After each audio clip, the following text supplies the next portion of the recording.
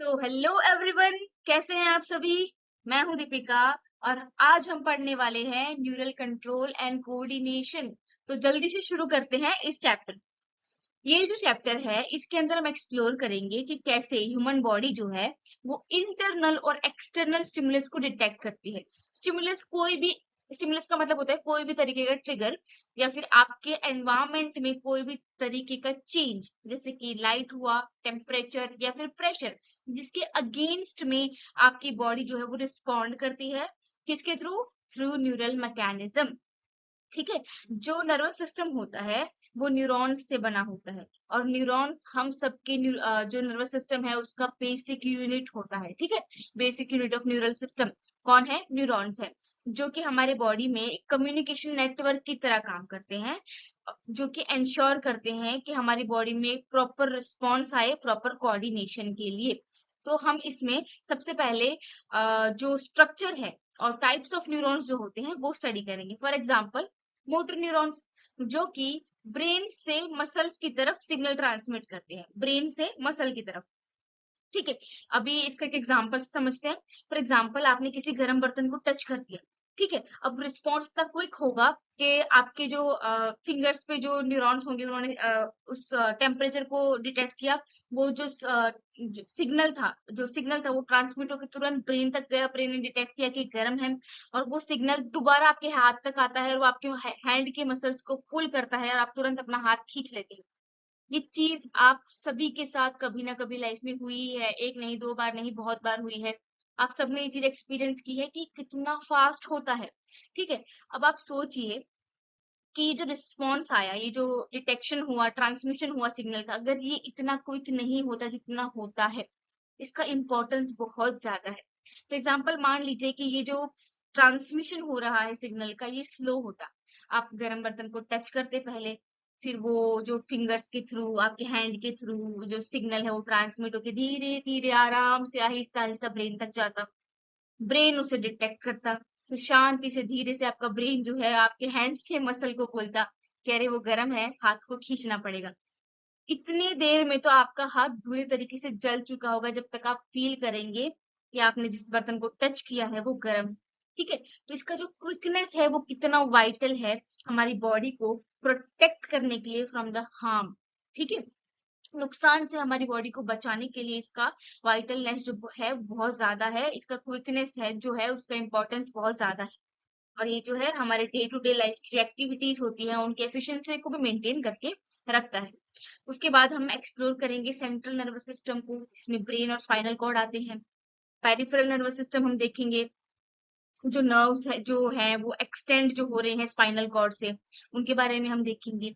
जो की प्रोसेसेस होती है जैसे साइनेप्टिक ट्रांसमिशन, जहाँ पे सिग्नल्स जो होते हैं वो जंप करते हैं from one neuron to another, जिसकी वजह से जो रिस्पॉन्स है वो और ज्यादा रैपिड हो जाता है, फास्ट हो जाता है। हम देखेंगे रिफ्लेक्स एक्शन के बारे में, जैसे कि नी जर्क रिफ्लेक्स। ठीक है। जो कि हमें बताता है कि हमारी बॉडी कैसे इंस्टेंटली रिएक्ट कर सकती है कुछ सर्टेन स्टिमुलस के against without involving the brain, जिसकी वजह से जो डिलेस होते हैं उसे प्रिवेंट किया जा सकता है। उसके अलावा जो सेंसरी परसेप्शंस होते हैं उनको भी हम पढ़ेंगे कि हमारी आईज जो है वो कैसे लाइट को तुरंत प्रोसेस करके हमारे लिए विजन क्रिएट करती हैं। हमारी स्किन जो है वो कैसे टेम्परेचर को सेंस करती है। The speed of these processes is crucial for survival. और ये हमें जो है आजू बाजू के एनवायरमेंट को अडेप्ट करने में, उसके अगेंस्ट में रिएक्ट करने में बहुत ज्यादा हेल्पफुल होती है। फाइनली उसके बाद हम डिस्कस करेंगे हमारे ब्रेन के जो पार्ट्स होते हैं उनके बारे में, जो कंट्रोल करते हैं वॉल्यूंटरी एक्शंस को भी, जैसे कि वॉकिंग हो गया। ठीक है। और इनवॉल्यूंटरी एक्शंस जैसे कि ब्रीदिंग हो गया। ठीक है। Ensuring smooth coordination across all body systems. For example जो ब्रेन की एबिलिटी होती है क्विकली रेगुलेट करने की हार्ट बीट को, posture highlights the importance of fast neural communication. जो हमारी बॉडी होती है उसके अंदर जो ऑर्गन्स और ऑर्गन सिस्टम्स होते हैं वो कोऑर्डिनेटेड वे में काम करते हैं ताकि वो होमियोस्टेसिस को मेंटेन कर सके। ठीक है। होमियोस्टेसिस क्या होता है? होमियोस्टेसिस जो है वो एक ऐसा प्रोसेस है जिससे जो लिविंग ऑर्गेनिजम्स होते हैं वो बॉडी के अंदर स्टेबल इंटरनल एनवायरनमेंट को मेंटेन करके रखते हैं, फिर चाहे जो एक्सटर्नल एनवायरनमेंट है वो कितना भी चेंज हो जाए। ठीक है, इससे क्या होता है कि ये इंश्योर करता है कि जो क्रिटिकल बॉडीली फंक्शंस होते हैं, जैसे कि बॉडी का टेम्परेचर है, पीएच लेवल्स है, ब्लड प्रेशर है, जो फ्लूइड बैलेंस होता है, ये सब जो है वो एक नैरो रेंज में रहे, ऑप्टिमल रेंज में रहे, जो कि जरूरी होते हैं ऑर्गेनिज्म के सर्वाइवल के लिए। ठीक है, फॉर एग्जाम्पल अगर हम बॉडी के टेम्परेचर की बात करें, तो अगर बाहर अगर बहुत ज्यादा ठंड है तो बॉडी खुद ब खुद हीट जनरेट करती है थ्रू शिवरिंग।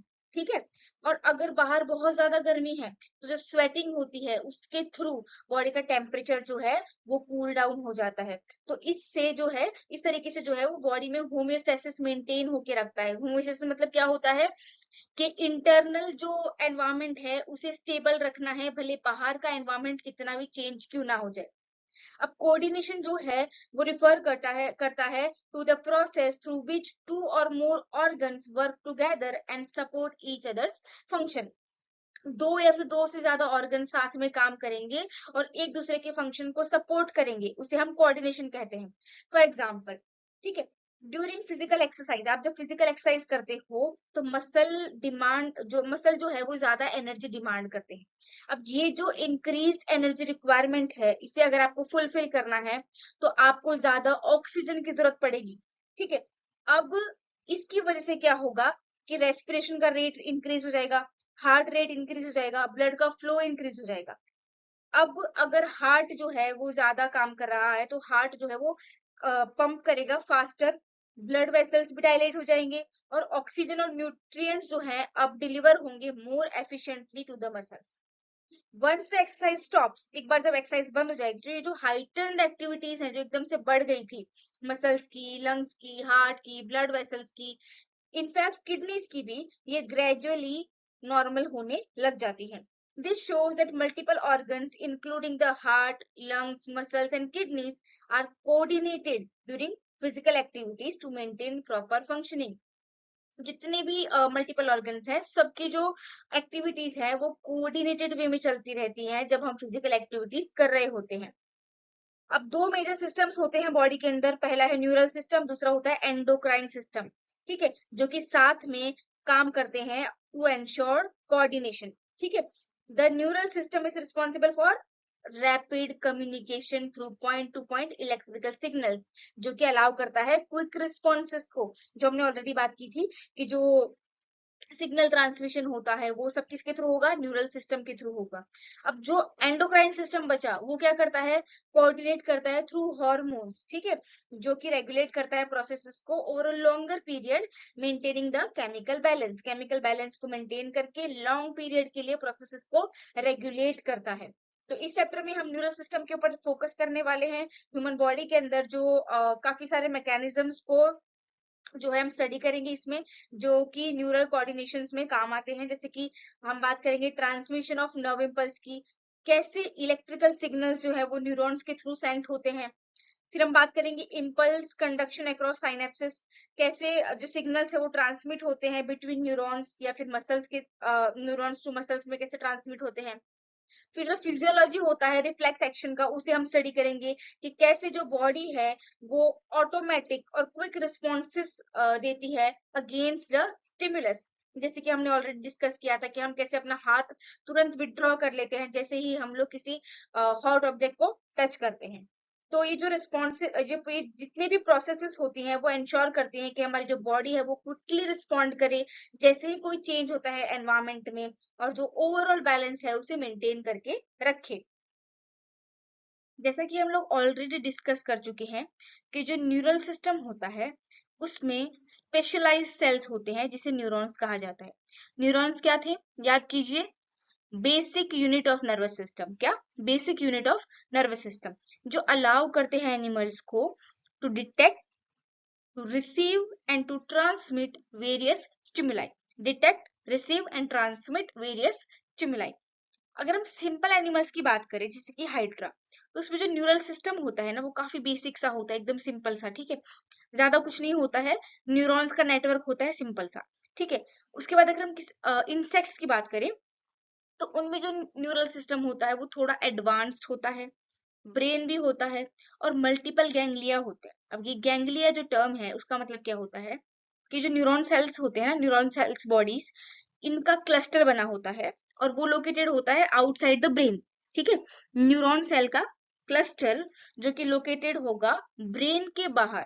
ठीक है, जो कि हेल्प करेगा to process the information locally. ठीक है, उन्हें हम बोलेंगे गैंग्लिया। अब ये जो गैंग्लिया होते हैं ये ब्रेन के साथ काम करते हैं टू मैनेज डिफरेंट फंक्शंस। उसके बाद अगर हम वर्टिब्रेट्स की बात करें तो जो न्यूरल सिस्टम होता है वो बहुत ही ज्यादा एडवांस्ड होता है। ठीक है, बहुत ज्यादा एडवांस होगा, हाईली डेवलप्ड न्यूरल सिस्टम होगा वर्टिब्रेट्स के अंदर, और ये प्रोवाइड करेगा higher level of control and coordination. और ये जो स्ट्रक्चर है ये है एक न्यूरॉन का स्ट्रक्चर, जो हम आगे वाले स्लाइड्स में एकदम डिटेल में डिस्कस करेंगे।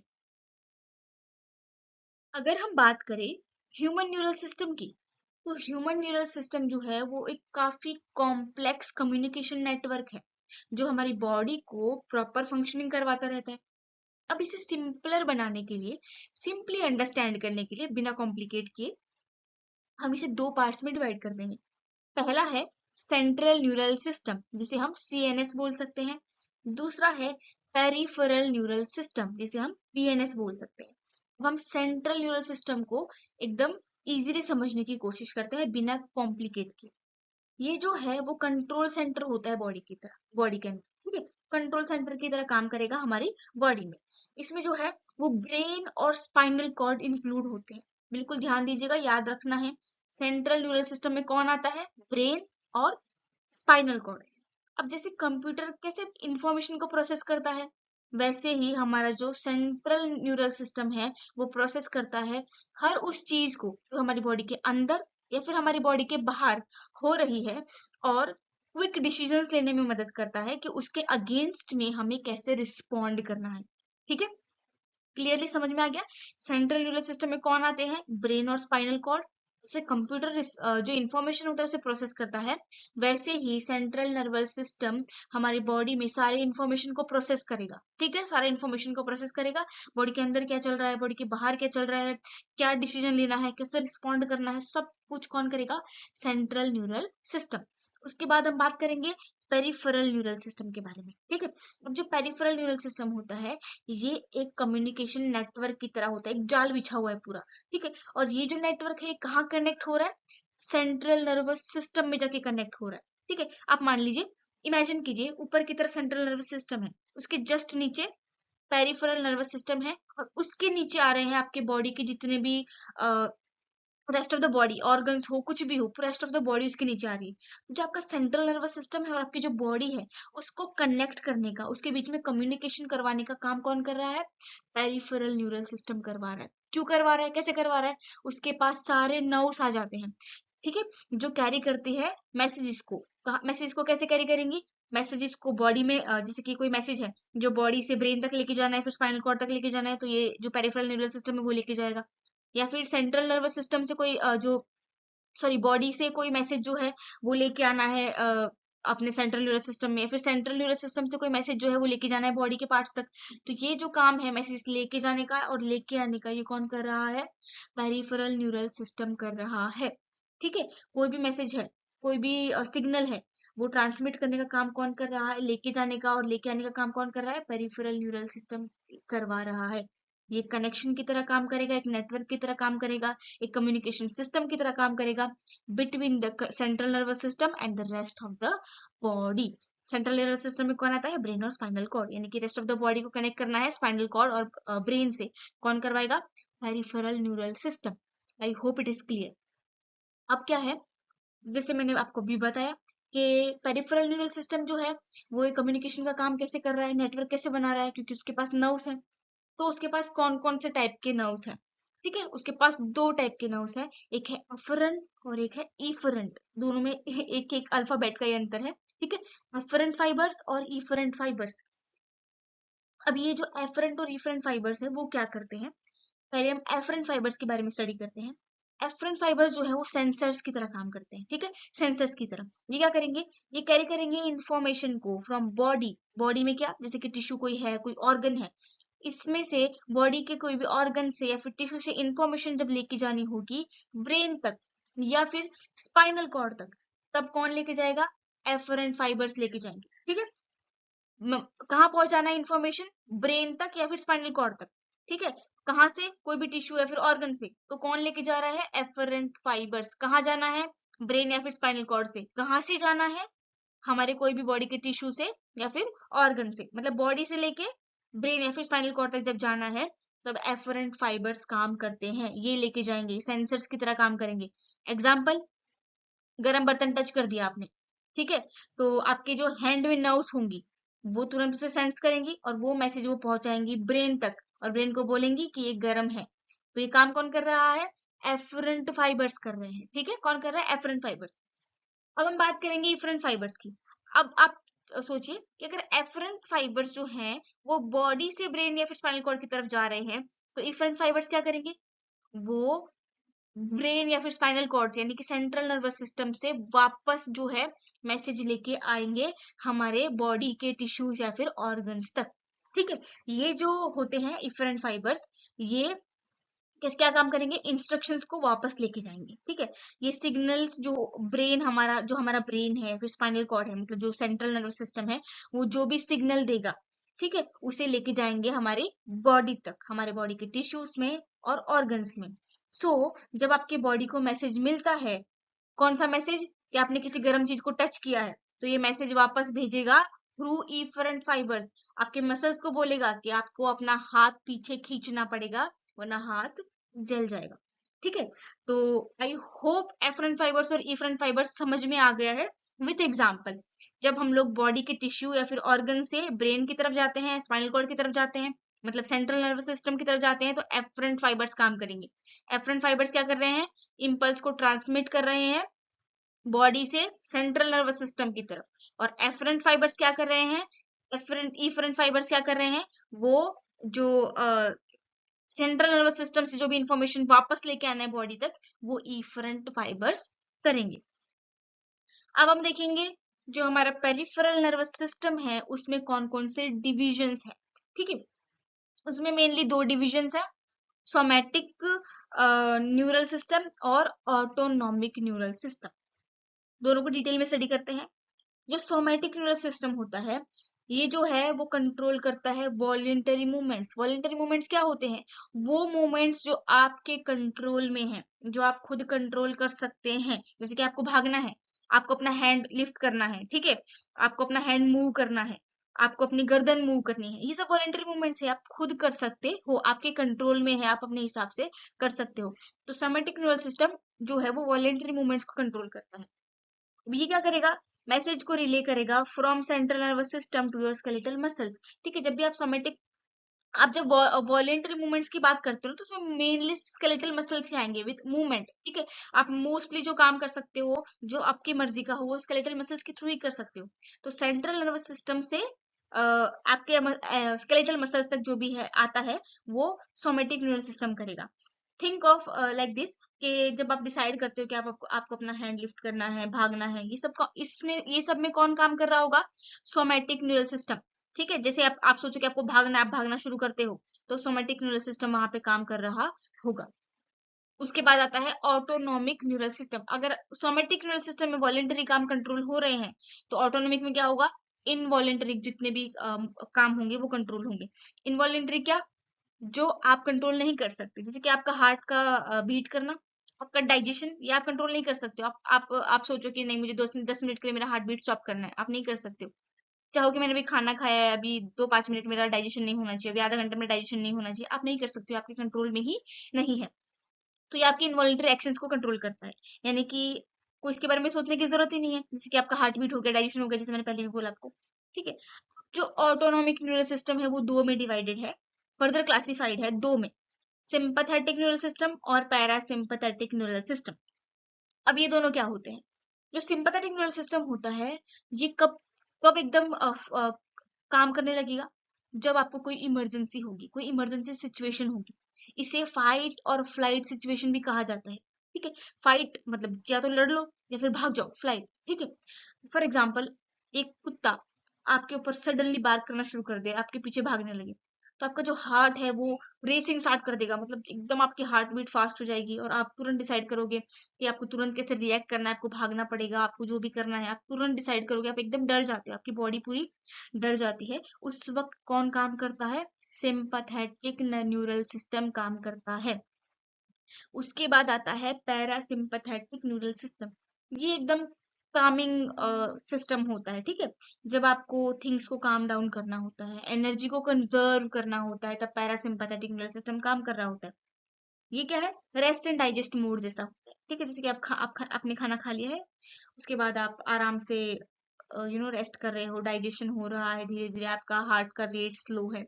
तो ये सब चीजों में जो है पैरासिम्पैथेटिक आपका जो सिस्टम होता है, न्यूरल सिस्टम, वो काम करता है। उसके अलावा हम बात करेंगे विसरल न्यूरल सिस्टम के बारे में।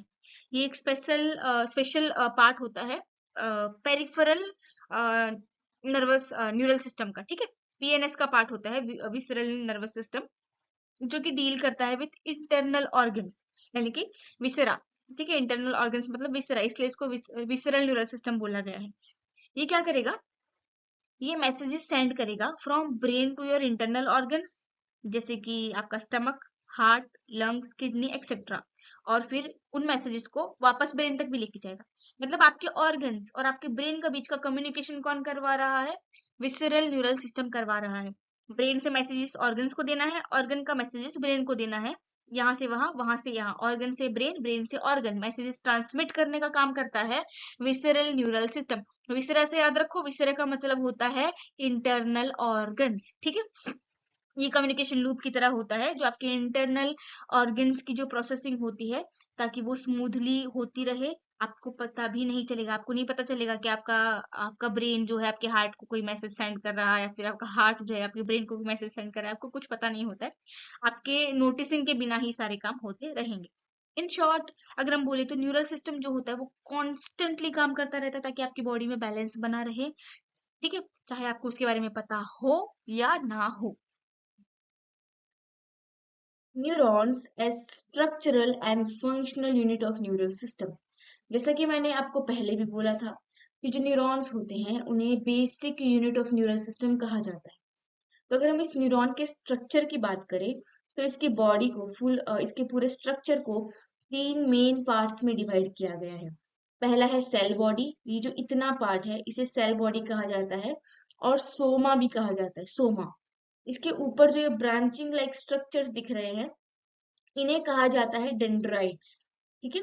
इन्हें कहा जाता है डेंड्राइट्स। और यहाँ से नीचे की तरफ ये जो स्ट्रक्चर है, इसे बोलते हैं एक्सॉन, इसे बोलते हैं एक्सॉन।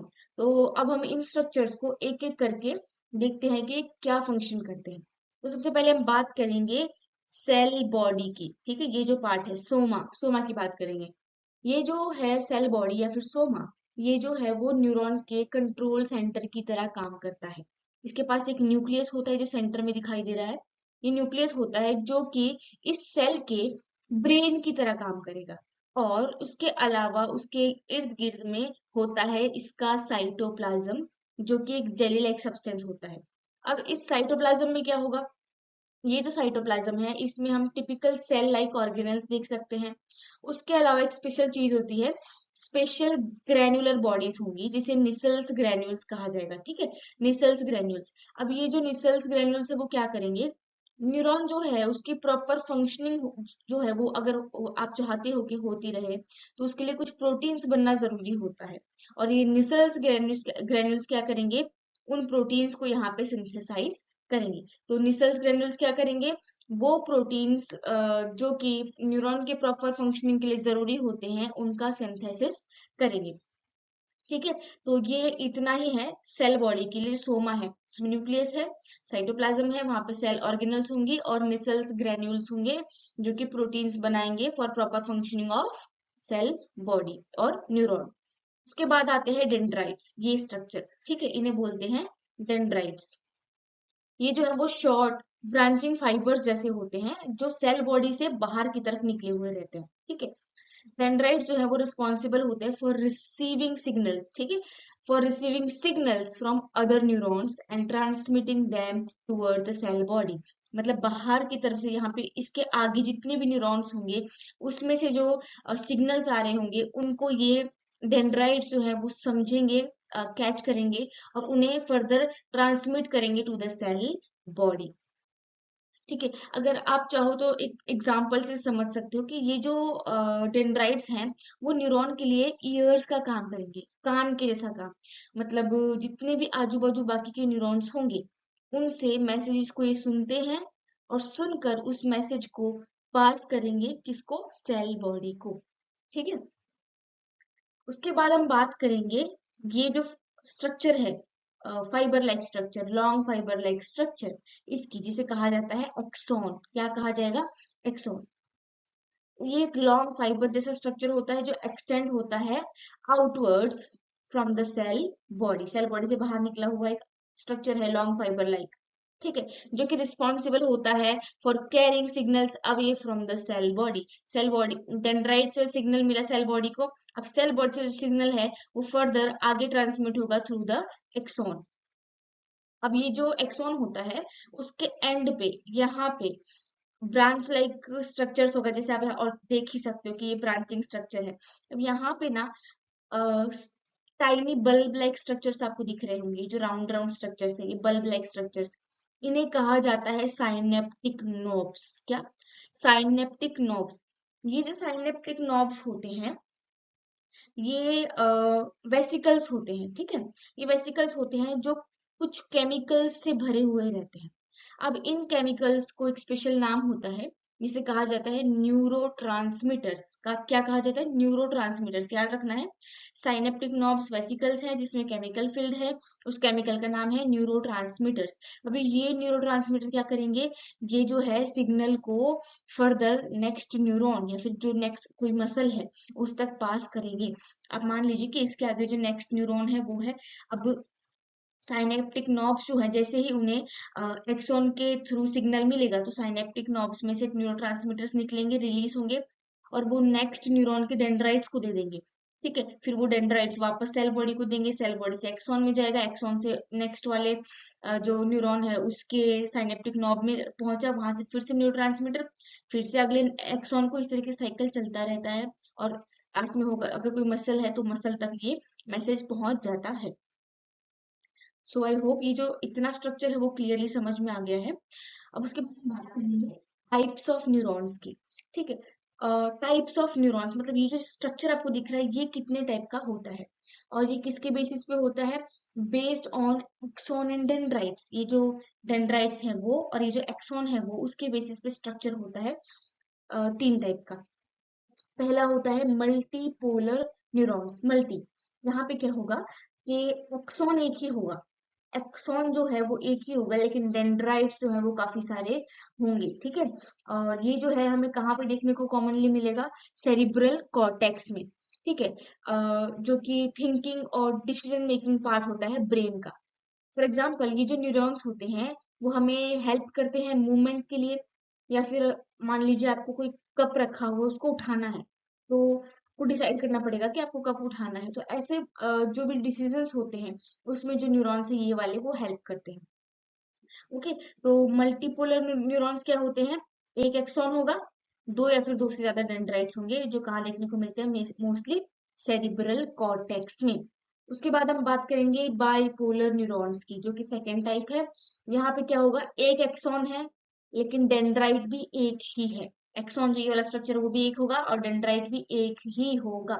ये कहाँ पे होते हैं, हमारे जो आंख है ना, आईज, उसके रेटिना में पाए जाते हैं, जो कि जो विजुअल इंफॉर्मेशन होती है उसे प्रोसेस करने में हेल्प करते हैं। कोई ऑब्जेक्ट है उसका कलर जो है वो देखने में हमें हेल्प करता है, कौन, बाइपोलर न्यूरॉन्स। ठीक है, तो एक एक्सॉन है, एक ही डेंड्राइट है और रेटिना में देखने को मिलेगा, इमेज को प्रोसेस करने में हेल्प करेगा, उसका कलर जो है वो हमें देखने में मदद करने वाला है।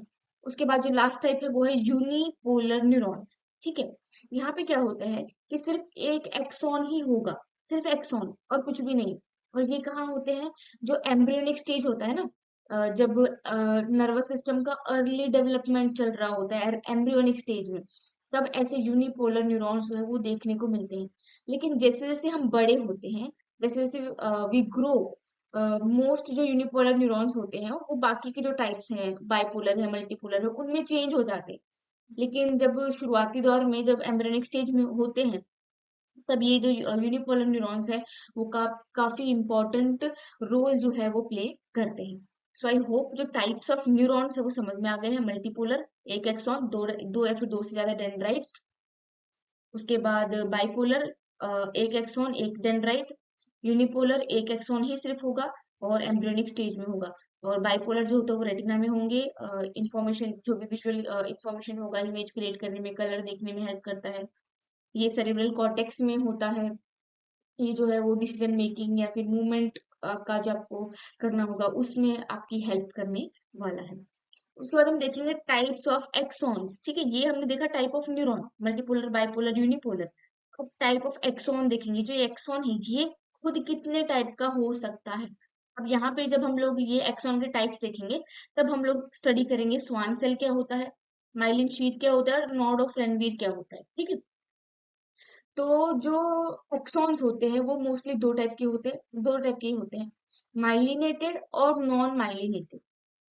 अब ये जो दो टाइप के एक्सॉन्स होते हैं वो किसके बेसिस पे मतलब इस तरीके से बनाए गए हैं कि whether they have protective covering called myelin sheath और नॉट।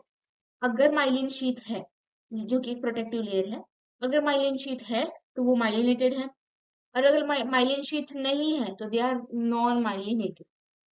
तो सबसे पहले हम बात करेंगे माइलिनेटेड एक्सॉन्स की। तो ये जो एक्सॉन्स होते हैं ये वो स्पेशल, इनके अंदर जो है वो स्पेशल सेल्स होते हैं जिसे कहा जाता है स्वान सेल्स। यहाँ पे देख सकते हैं स्वान सेल्स। ठीक है, जो कि एक्सॉन के अराउंड रैप्ड होते हैं, एक्सॉन को कवर करके रखा है। आप देख सकते हैं यहाँ से यहाँ तक पूरा स्वान सेल्स है और उन्होंने जो पूरा एक्सॉन है उसको कवर करके रखा हुआ है। अब ये जो स्वान सेल्स है वो क्या करते हैं, ये फॉर्म करते हैं एक प्रोटेक्टिव इंसुलेटिंग लेयर जिसे कहा जाता है माइलिन शीथ। ये जो माइलिन शीथ है ये किसने बनाई है, ये स्वान सेल्स ने बनाई है।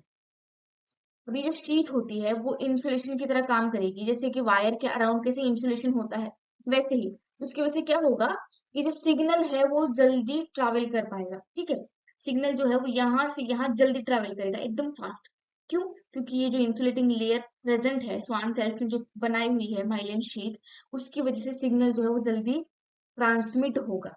अब आप यहाँ पे देखोगे कि ये एक स्वान सेल्स मतलब ये एक माइलिन शीथ है, उसके बाद ये दूसरा, उसके बाद तीसरा, ये चौथा, ये पांचवा। इनके बीच में गैप्स हैं। ठीक है, बीच में गैप्स है जिनको कहा जाता है नोड ऑफ रेनवीर। अब ये नोड ऑफ रेनवीर जो है वो गैप की तरह काम कर रहा है। यहाँ पे जो है जब जहां जहां पे नोड ऑफ रेनवीर है वहां वहां जो एक्सॉन है उसकी जो मेम्ब्रेन है वो डायरेक्टली एक्सपोज्ड है, खुली हुई है। वहां पे कोई भी शीट ने उसको कवर करके नहीं रखा हुआ है।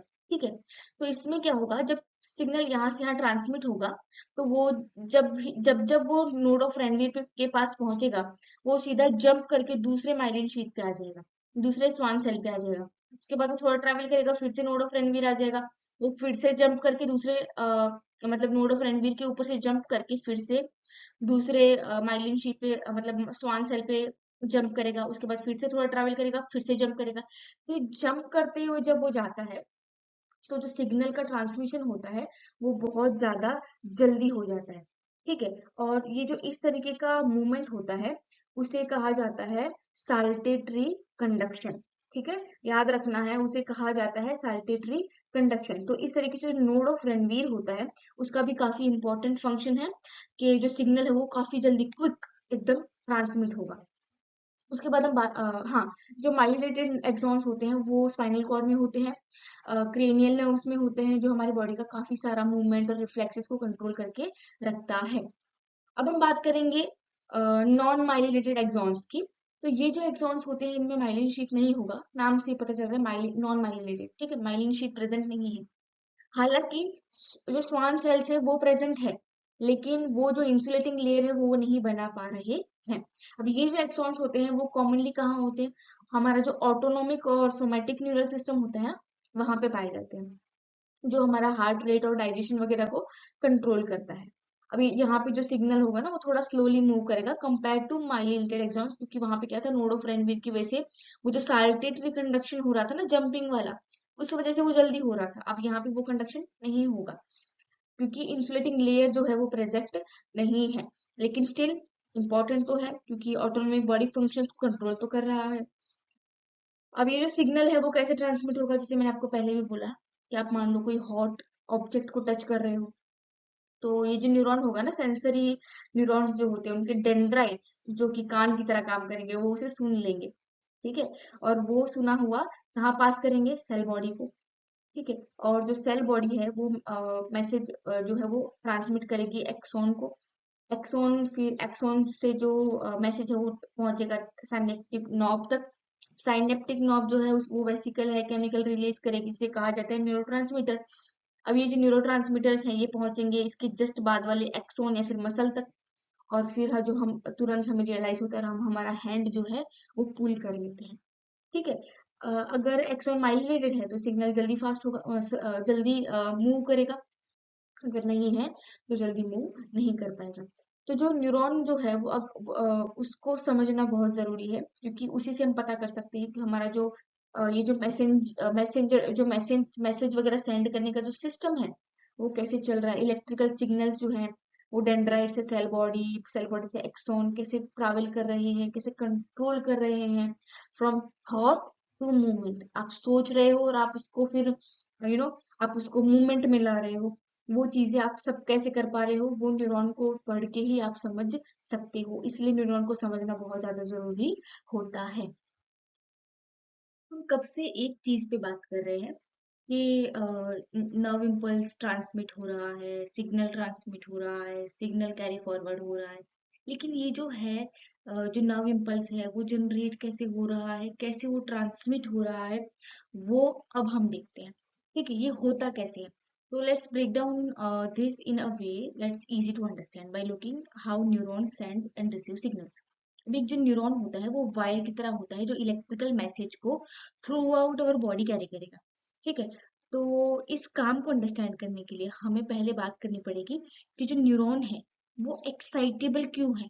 ठीक है, एक्साइटेबल क्यों है और वो इलेक्ट्रिसिटी को कैसे यूज करते हैं टू सेंड सिग्नल। ठीक है, तो पहले हम बात करेंगे कि why is the neuron polarised. Polarise मतलब क्या, कब पोलराइज होता है, क्यों होता है। तो एक न्यूरॉन जो है वो पोलराइज स्टेट में होता है तब जब वो रेस्टिंग पोजीशन में होता है, मतलब उसे कोई सिग्नल सेंड नहीं करना होता है, उसके पास कोई स्टिमुलस नहीं है। ठीक है, जैसे आपको पता ही है कि एक बैटरी जो होती है, ठीक है, उसमें दो पॉजिटिव और नेगेटिव साइड होती है। ठीक है, तो अब होता क्या है, जो न्यूरॉन होता है ना उसका जो एक्सॉन है स्पेशली, उसमें ना बहुत सारे पोटेशियम आयंस होते हैं। ठीक है, और नेगेटिवली चार्ज प्रोटीन्स भी होते हैं, और बहुत कम सोडियम आयंस होते हैं, Na+ आयंस। ठीक है, इनसाइड इनसाइड जो न्यूरॉन है, न्यूरॉन का जो एक्सॉन है उसमें अंदर की तरफ बहुत सारे पोटेशियम आयन है, नेगेटिवली चार्ज प्रोटीन्स है, और बहुत कम सोडियम आयंस है। Na+ आयंस बहुत कम है इनसाइड। अगर न्यूरॉन के आउटसाइड की बात करें तो बहुत सारा सोडियम जो है, Na+ चार्ज जो है वो बाहर की तरफ है, और बहुत कम पोटेशियम चार्ज जो है वो बाहर की तरफ है। मतलब अगर इनसाइड की बात करें तो पोटेशियम ज्यादा है और सोडियम कम है, और अगर आउटसाइड की बात करें तो सोडियम ज्यादा है और पोटेशियम कम है। इतना क्लियर है। उसके बाद ये जो डिफरेंस होता है ना, इसकी वजह से जो कॉन्सेंट्रेशंस ये जो कॉन्सेंट्रेशन में डिफरेंस होता है इसकी वजह से एक काइंड ऑफ बैलेंस क्रिएट होता है, जिसे कॉन्सेंट्रेशन ग्रेडियंट बोलते हैं। ठीक है, इस बैलेंस की वजह से, इस डिफरेंस इन कॉन्सेंट्रेशन की वजह से क्या हो रहा है, एक काइंड ऑफ बैलेंस क्रिएट हो रहा है जिसे कॉन्सेंट्रेशन ग्रेडियंट बोलते हैं। अब जो न्यूरॉन्स होते हैं ना उनके अंदर स्पेशल आयन चैनल्स होती हैं। आयन चैनल्स मतलब एक, आप एक पाइप की तरह समझ लो। ठीक है, जो मेम्ब्रेन्स होती है जो आयंस को अपने से अंदर आने देती है, फिर बाहर आना जो है भी अलाउ करना होता है वो करती है। ठीक है, तो उनकी मेम्ब्रेन में जो है वो आयन चैनल्स होती है जिनसे आयंस जो हैं वो अंदर या बाहर जा सकते हैं। ये है जो है वो गेट की तरह काम करती हैं, जो आयंस को इन और आउट मूव करने के लिए अलाउ करेगी। अब क्या होगा, जब न्यूरॉन रेस्टिंग फेज में होगा ना, तो ये जितने भी गेट्स होते हैं मोस्टली क्लोज्ड रहते हैं फॉर सोडियम। ठीक है, सोडियम बाहर की तरफ ज्यादा था। ठीक है, तो ये जो गेट होते हैं ना ये सोडियम के लिए क्लोज्ड रहते हैं जब आयन जो न्यूरॉन जो है वो रेस्टिंग फेज में होता है। और ये ओपन रहते हैं पोटेशियम के लिए, पोटेशियम आराम से अंदर आ सकता है। ठीक है, इसी वजह से पोटेशियम जो है इनसाइड ज्यादा था। ठीक है, अब ये जो मूवमेंट होगा वो केयरफुली कंट्रोल होता है by the process called sodium potassium pump. ठीक है, ये जो मूवमेंट हो रहा है ना कि ज्यादा पोटेशियम अंदर है और सोडियम ज्यादा बाहर है, तो ये प्रोसेस कौन कर रहा है? सोडियम पोटेशियम पंप कर रहा है। अब ये क्या करेगा पता है? 3 सोडियम आयंस को बाहर भेजेगा। क्या करेगा? एक बार में 3 सोडियम आयंस को बाहर भेज रहा है, ठीक है, बाहर की तरफ, और 2 पोटेशियम आयंस को अंदर ले रहा है। मतलब जब जब ये 3 सोडियम को बाहर भेजेगा तब तब ये 2 पोटेशियम आयंस को अंदर लेगा। और इसी वजह से क्या हो रहा है कि सोडियम आयन कॉन्सेंट्रेशन बाहर ज्यादा है, अंदर कम है, और पोटेशियम आयन कॉन्सेंट्रेशन जो है वो अंदर ज्यादा है और बाहर कम है। किसकी वजह से? सोडियम पोटेशियम पंप की वजह से। अब इसकी वजह से क्या हो रहा है, जैसे मैंने अभी बोला कि आउटसाइड जो है न्यूरॉन की वो पॉजिटिव चार्ज ज्यादा हो गया है और इनसाइड जो है वो नेगेटिव चार्ज ज्यादा हो गया है, जिसकी वजह से एक रेस्टिंग पोटेंशियल क्रिएट होता है। ठीक है, रेस्टिंग पोटेंशियल क्रिएट होता है। अब ये जब हो रहा है तब न्यूरॉन जो है वो रेस्ट पे है, आउटसाइड पे ज्यादा पॉजिटिवली चार्ज है, इनसाइड पे नेगेटिव चार्ज है, and that's what we mean by saying the neuron is polarised. इसका मतलब क्या होता है कि न्यूरॉन जो है पोलराइज्ड है। अब हम बात करेंगे उस सिचुएशन की जब जो स्टिमुलस है वो आता है। जब स्टिमुलस अराइव होता है तब क्या होता है? ठीक है, तो जब न्यूरॉन को सिग्नल मिलता है, जैसे कि टच हो गया किसी गर्म चीज को, तो स्टिमुलस जो है वो एक चेंज कॉज करेगा at specific point on the neurons membrane.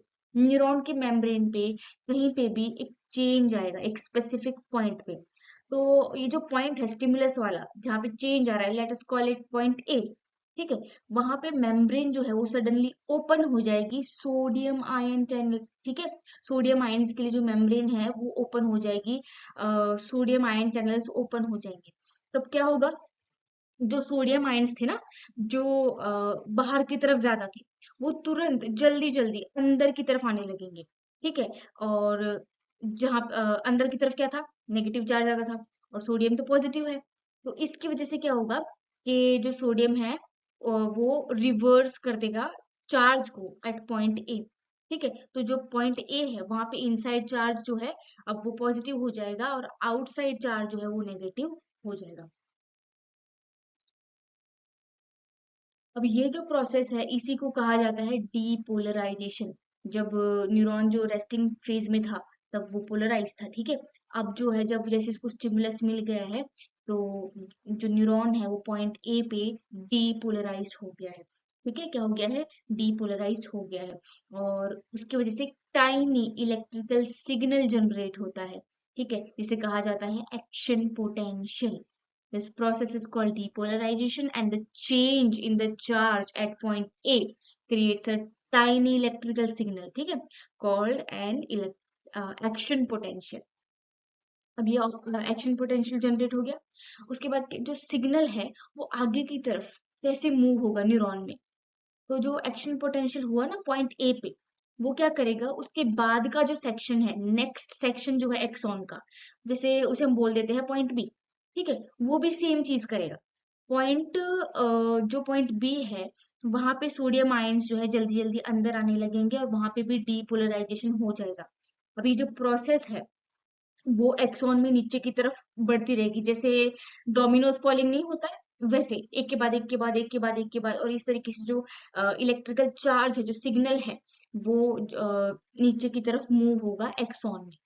अब each section of the axon sends the signal to the next section. एक सेक्शन दूसरे को भेजेगा, दूसरा तीसरे को, तीसरा चौथे को, और इस तरीके से एक इलेक्ट्रिकल एक्टिविटी की वेव क्रिएट हो जाएगी।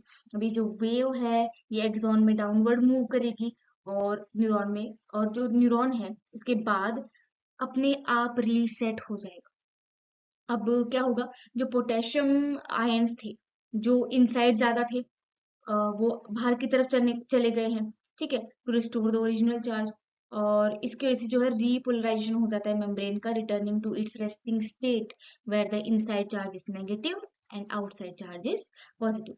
अब क्या होगा? How does the neuron reset after signal? Signal जाने के बाद न्यूरॉन खुद को रीसेट कैसे करेगा? After the action potential passes the neuron needs to get back to its resting state, यानी पोलराइज होना पड़ेगा उसको वापस। ये कब होगा? जब जो मेम्ब्रेन है वो ज्यादा परमिएबल होगी किसको? पोटेशियम आयंस को। जो पोटेशियम आयंस है वो क्विकली बाहर निकल गए थे, निकल जाते हैं, restoring the negative charge inside the neuron. मतलब पोटेशियम आयंस जो है वो बाहर निकल जाएंगे और अंदर की तरफ जो है वो नेगेटिव चार्ज बन जाएगा। और इन जस्ट स्प्लिट सेकेंड, ठीक है, जो न्यूरॉन है वो वापस रेडी हो जाता है टू रिसीव अनदर सिग्नल जो उसके पास आए। तो अगर समराइज करें तो रेस्टिंग स्टेट क्या था? पोलराइजेशन का स्टेट था, जहां पे न्यूरॉन जो है वो बैटरी की तरह था, पॉजिटिव आउटसाइड, नेगेटिव इनसाइड। और जैसे ही सिग्नल आता है तो वो डीपोलराइज हो जाता है, सोडियम आयंस जो है वो अंदर आ जाते हैं, फ्लिपिंग द चार्जेस, पॉजिटिव अंदर आ जाता है चार्ज, नेगेटिव चार्ज जो है वो आउटसाइड होता है, क्रिएटिंग एन एक्शन पोटेंशियल। और जो सिग्नल कैसे ट्रेवल करेगा? तो change in the charge move down the axon like a wave, ठीक है, पासिंग द सिग्नल अलोंग, एक के बाद सेक्शंस में चार्ज जो है वो पास होता रहेगा। फिर उसके बाद वो रीसेट हो जाता है, वापस से रीपोलराइज हो जाता है। जो पोटेशियम आयंस होते हैं वो बाहर की तरफ निकल जाएंगे ताकि जो चार्ज है उसे रीसेट करके न्यूरॉन को वापस नेक्स्ट सिग्नल के लिए रेडी कर सके, ठीक है। और अगर इसको सिंपल वे में स्टडी करना हो, जैसे कि हमने देखा पॉइंट ए पॉइंट बी उसके बाद पॉइंट सी, तो वो कैसे होता है? जैसे कि आप मान लो कि आप सबके सब एक लाइन में खड़े हो, सबके पास एक बलून है, तो पहले पहले पर्सन ने अपना जो बलून है वो पॉप किया, फेंक दिया, ठीक है। तो उसके बाद मान लीजिए वो डीपोलराइजेशन था, पॉइंट ए था। उसके बाद नेक्स्ट पर्सन जो है खुद का बलून पॉप करेगा, उसके बाद नेक्स्ट पर्सन, तो इस तरीके से जो है सिग्नल पास होता रहता है, ठीक है। और जैसे ही सबके बलून पॉप हो जाते हैं उसके बाद रीपोलराइजेशन होता है, सबके पास एक नया बलून आ जाएगा। तो इस तरीके से आप इसको एक बेसिक एग्जांपल के साथ समझ सकते हो कि ये कैसे होता है। तो अब हम बात करते हैं ट्रांसमिशन ऑफ इम्पल्स की। इम्पल्स जो है वो कैसे ट्रांसमिट होता है? एक न्यूरॉन से दूसरे न्यूरॉन, ठीक है, through the junction called synapse. जो बीच में जंक्शन बनेगा, एक ब्रिज बनेगा सिग्नल्स ट्रांसमिट करने का, उसे बोला जाता है साइनेप्स, ठीक है। अब ये जो इम्पल्स ट्रांसमिशन होता है ना, वो इलेक्ट्रिकल भी हो सकता है और केमिकल भी हो सकता है। तो पहले हम बात करते हैं इलेक्ट्रिकल ट्रांसमिशन ऑफ इम्पल्स की। तो यहाँ पे क्या होगा कि जो प्री और पोस्ट साइनेप्टिक न्यूरॉन होगा ना, प्री मतलब कौन सा? प्री साइनेप्टिक न्यूरॉन का मतलब होता है वो न्यूरॉन जो पहले है और जिसमें ऑलरेडी सिग्नल है। अब वो जो सिग्नल है वो अगले न्यूरॉन में ट्रांसमिट करने वाला है, और वो अगला न्यूरॉन कौन होगा? पोस्ट साइनेप्टिक न्यूरॉन होगा। अब ये दोनों न्यूरॉन जो है वो एक दूसरे की बहुत ही ज्यादा क्लोज है, इतने ज्यादा क्लोज है कि बीच में किसी मीडियम की जरूरत नहीं पड़ेगी सिग्नल को ट्रांसमिट करने में। और यहाँ पे क्या होगा? इलेक्ट्रिक करंट जो है वो फ्लो होगा बिटवीन द न्यूरॉन्स, मतलब जो सिग्नल है वो इलेक्ट्रिक करंट के फॉर्म में ट्रांसमिट होगा from pre to post synaptic neuron. अब ऑफ कोर्स इलेक्ट्रिक करंट है तो ट्रांसमिशन बहुत ज्यादा फास्ट होगा, जैसे कि सिंगल एक्सॉन में होता था। अब ये जो इलेक्ट्रिकल साइनेप्स है ना वो ह्यूमंस में बहुत रेयरली देखने को मिलता है। तो ये तो था इलेक्ट्रिकल साइनेप्स। अब हम बात करेंगे केमिकल साइनेप्स की। केमिकल से कुछ याद आ रहा है? कौन सा केमिकल था जो एक एक्सॉन के साइनेप्टिक नॉब में से निकल रहा था? यस, न्यूरोट्रांसमीटर्स, जिस केमिकल्स की हम पहले भी बात कर चुके हैं, जो कि जो सिग्नल होता है उसे फर्दर ट्रांसमिट करते हैं अगले न्यूरॉन। तो जो pre and post synaptic neurons होंगे ना यहाँ पे, जैसे इस डायग्राम में हम देख सकते हैं, ये जो है वो एक्सॉन का साइनेप्टिक नॉब है, ठीक है। यहाँ ये एक्सॉन है, यहाँ पे एक्सॉन का टर्मिनल है, और ये जो है वो सिग्नल है, ठीक है। और ये साइनेप्टिक नॉब है जिसमें वेसिकल्स है। वेसिकल्स किससे भरे हुए हैं? उस केमिकल से जिसका नाम है न्यूरोट्रांसमीटर। अब क्या होगा? जो एक्सॉन है उसमें यहाँ से सिग्नल आएगा, जो भी इम्पल्स है वो आएगा, यहाँ पे आया। जैसे ही इम्पल्स साइनेप्टिक नॉब में पहुंचेगा तो जो साइनेप्टिक नॉब है वो अपने वेसिकल्स में से न्यूरोट्रांसमीटर्स को रिलीज करेगा। और ये जो पार्ट है, येलो पोर्शन, ये जो पोस्ट साइनेप्टिक न्यूरॉन है, मतलब इसके आगे वाला न्यूरॉन जिसको सिग्नल मिलने वाला है, वो है। इन दोनों के बीच में एक स्मॉल गैप आपको देखने को मिलेगा जहां पे फ्लूइड भरा हुआ है, ठीक है। ये फ्लूइड फिल्ड स्पेस है और इस स्पेस को बोला जाता है साइनेप्टिक क्लेफ्ट। क्या बोला जाता है? Synaptic cleft. Fluid filled space को साइनेप्टिक क्लेफ्ट बोलेंगे। अब ये जो क्लेफ्ट होता है, इसमें जो फ्लूइड है वो क्या करेगा? ये जो न्यूरोट्रांसमीटर्स है ना, इनका ट्रांसमिशन जो है उसको फैसिलिटेट करेगा अक्रॉस द क्लेफ्ट, मतलब यहाँ से यहाँ तक इस फ्लूइड के थ्रू जो न्यूरोट्रांसमीटर है वो ट्रांसमिट होंगे, ठीक है। और जैसे ही न्यूरोट्रांसमीटर यहाँ इस तरफ आएंगे तो यहाँ पे क्या होंगे, रिसेप्टर्स होंगे। वो रिसेप्टर्स जो रिकॉग्नाइज करेंगे न्यूरोट्रांसमीटर्स को और सिग्नल को फर्दर इस एक्सॉन में न्यूरॉन में पास ऑन करेंगे, ठीक है। तो इस तरीके से केमिकल साइनेप्सिस होता है। अब ये जो न्यूरोट्रांसमीटर्स है वो बाइंड करेंगे रिसेप्टर पे, और किसके रिसेप्टर पे, जो पोस्ट साइनेटिक मेम्ब्रेन है उस पे, जिसकी वजह से आयन चैनल्स ओपन हो जाएंगे, एक आयन फ्लो जनरेट होगा, एक नया पोटेंशियल क्रिएट होगा पोस्ट साइनेप्टिक न्यूरॉन में। अब ये जो पोटेंशियल क्रिएट हो रहा है वो एक्साइटेटरी भी हो सकता है और इनहिबिटरी भी हो सकता है। इसका मतलब क्या है, एक्साइटेटरी मतलब क्या, कि जैसे ही ट्रांसमिशन सिग्नल मिला, ठीक है, इम्पल्स ट्रांसमिट हुआ इस पोस्ट साइनेप्टिक न्यूरॉन में, तो वो एक्साइटेटरी फेज में गया, इसका मतलब वो फर्दर उसको पास ऑन करेगा। और इनहिबिटरी स्टेट में चला गया मतलब क्या, कि वो जो सिग्नल उसे मिला है उसे फर्दर ट्रांसमिट नहीं करेगा। तो इस तरीके से जो है वो इम्पल्स का ट्रांसमिशन होता है दो तरीके से, इलेक्ट्रिकल साइनेप्स और केमिकल साइनेप्स। इलेक्ट्रिकल साइनेप्स जो ज्यादा फास्ट होता है ट्रांसमिशन, क्योंकि इलेक्ट्रिकल है, करंट फ्लो हो रहा है, और ह्यूमंस में ज्यादा देखने को नहीं मिलता है।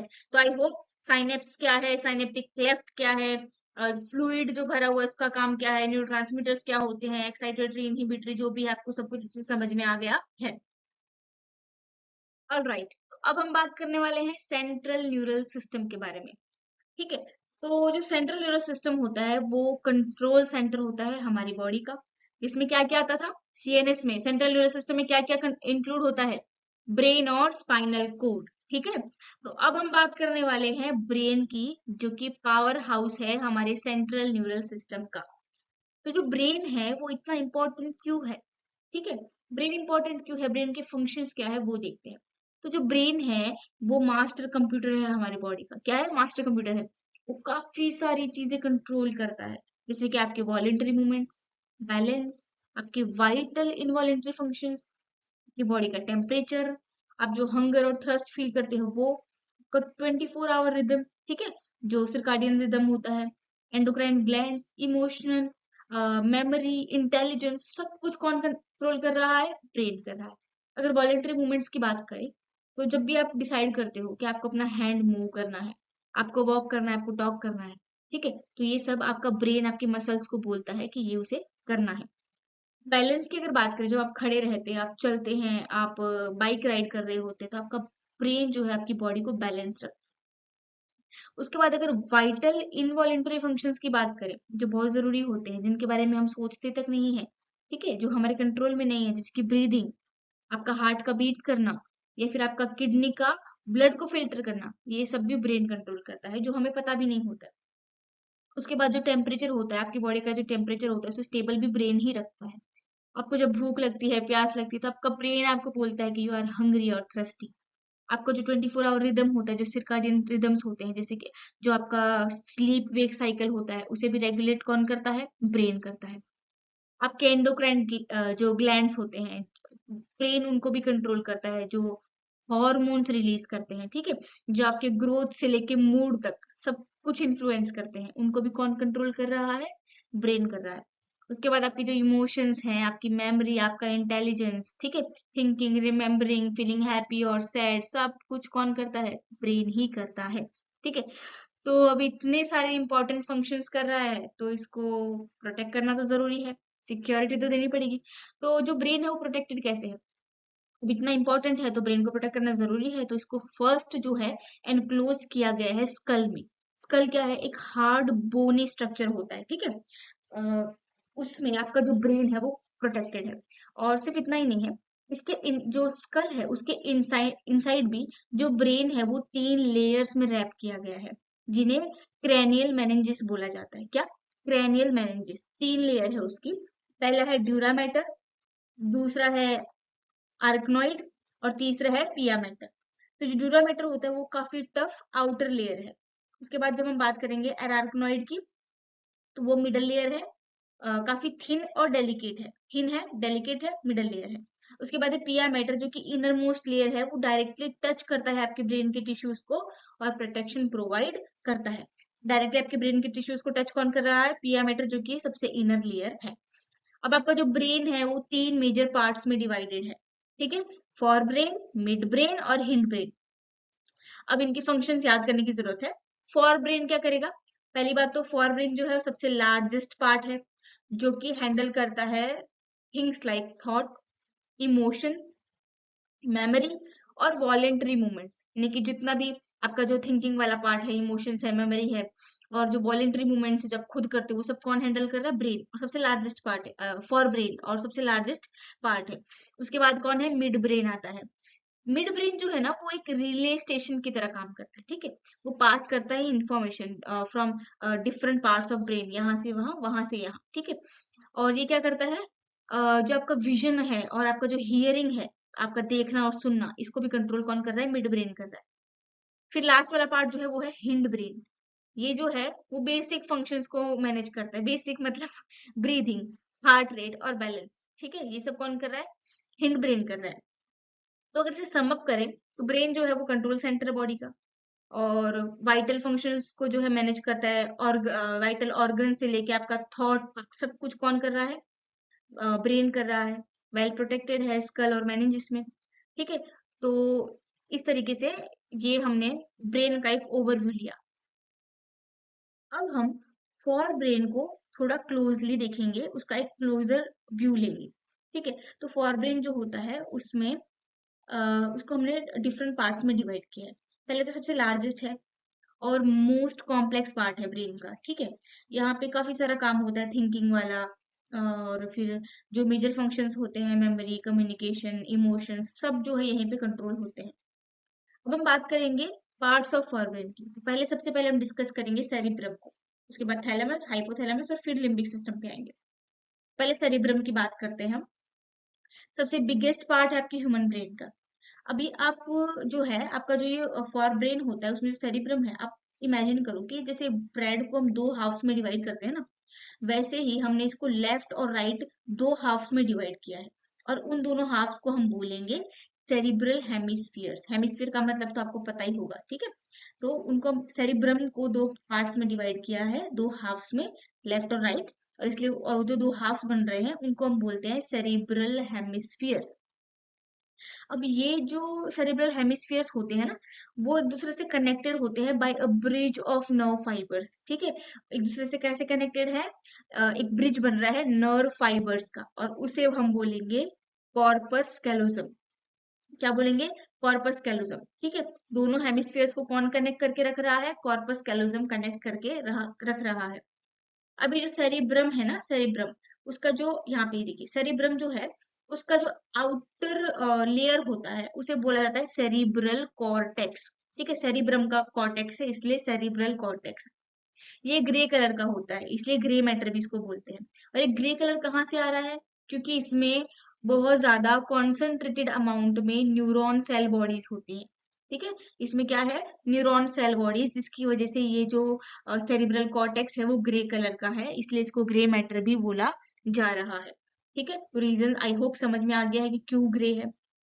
उसके बाद जो सेरिब्रल कॉर्टेक्स होता है ना, वो रिस्पॉन्सिबल होता है डिफरेंट टास्क के लिए। उसको हम तीन एरियाज में डिवाइड करेंगे, ठीक है। सेरिब्रल कॉर्टेक्स के तीन टास्क। पहला है मोटर एरियाज, जो मूवमेंट कंट्रोल करते हैं। उसके बाद आता है सेंसरी एरियाज, जो कि आपका जो इंफॉर्मेशन होता है फ्रॉम योर सेंसेस, जैसे कि टच, विजन हुआ, फिर हियरिंग हुआ, उसको कंट्रोल करते हैं सेंसरी एरियाज।